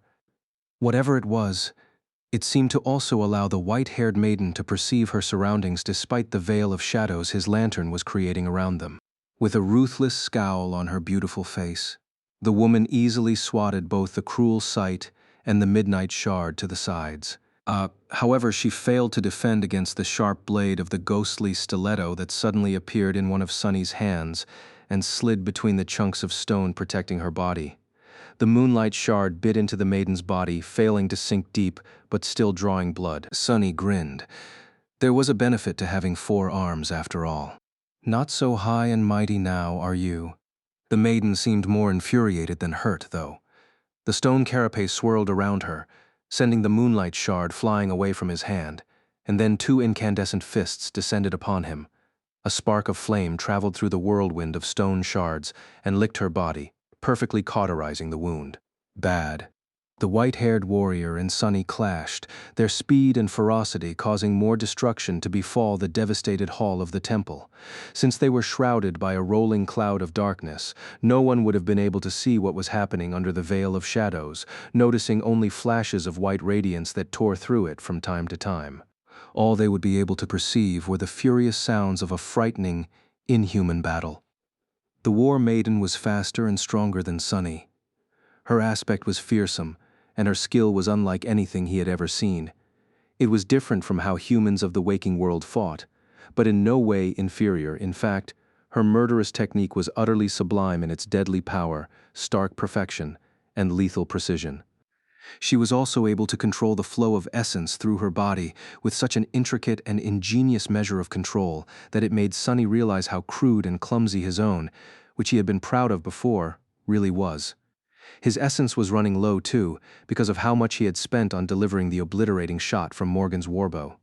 However, he was not defenseless in that fight. While the war maiden possessed a sublime technique, Sunny possessed a myriad of them.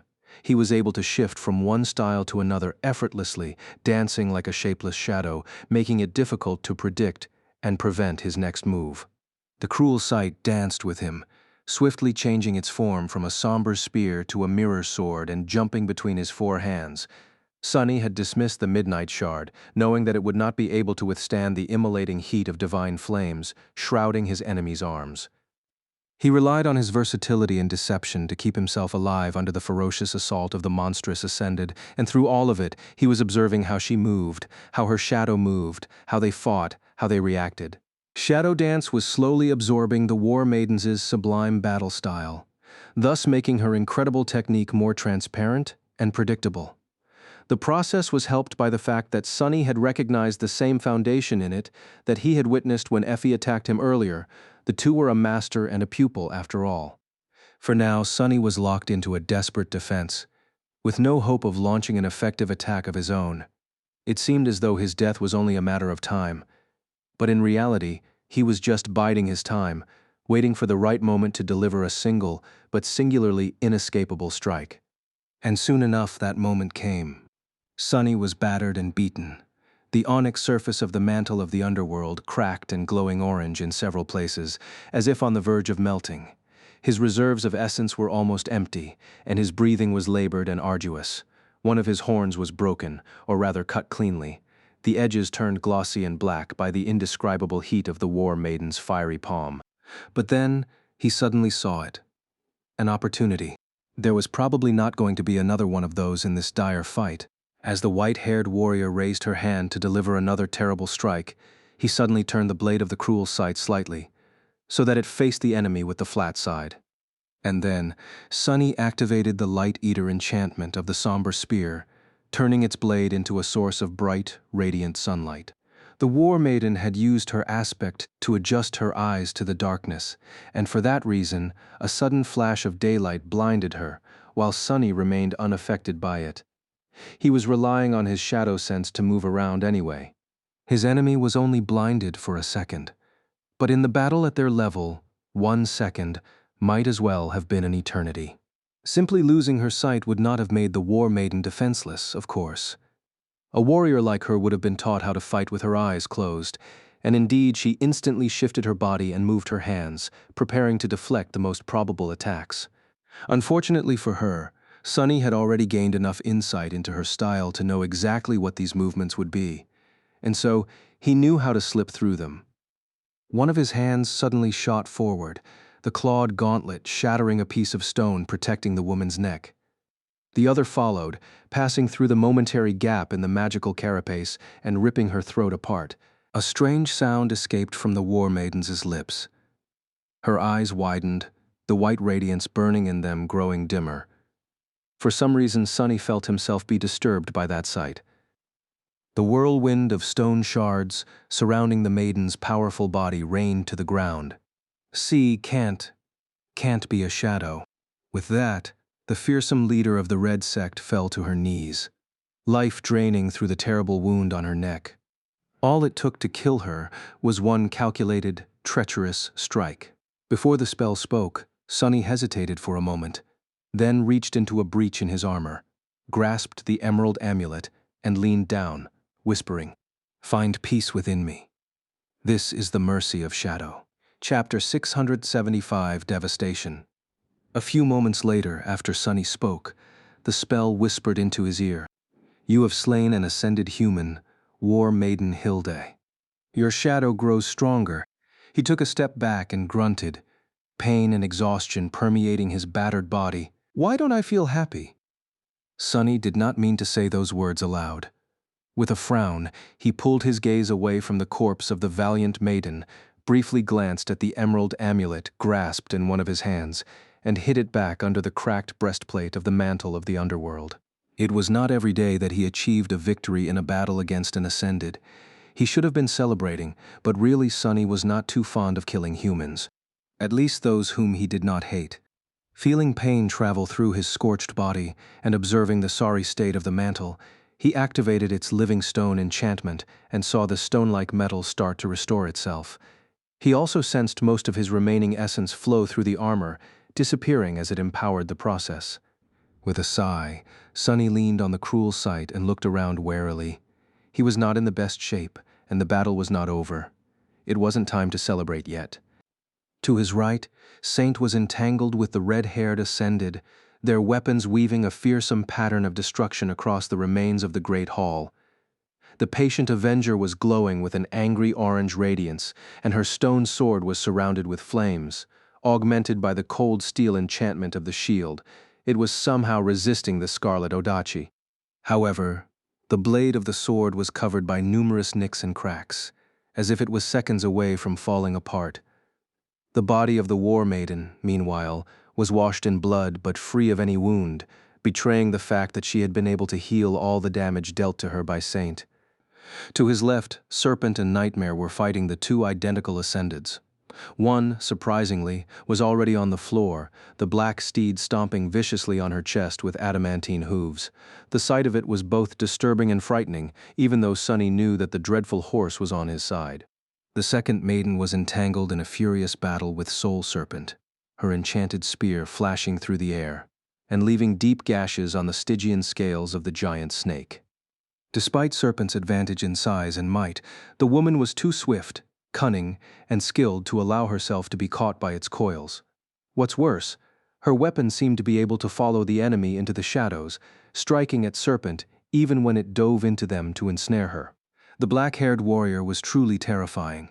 To be able to resist both an ascended demon and an awakened terror at the same time, even after being damaged by the strike of thunder and the explosion of the chalice, was something only the most fearsome masters of the waking world would have been able to do, if any.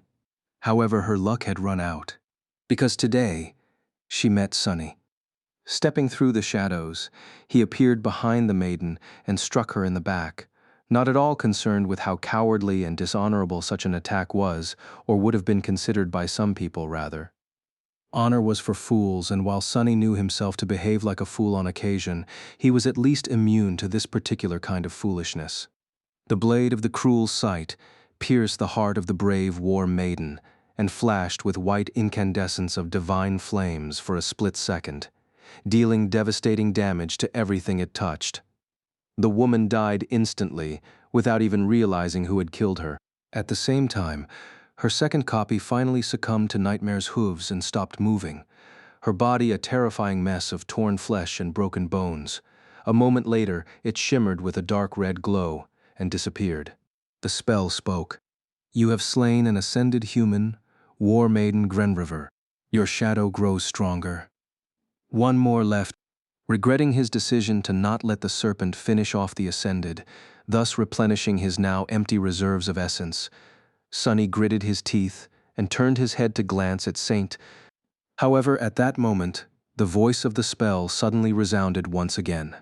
"You have slain an ascended human, war maiden Kara.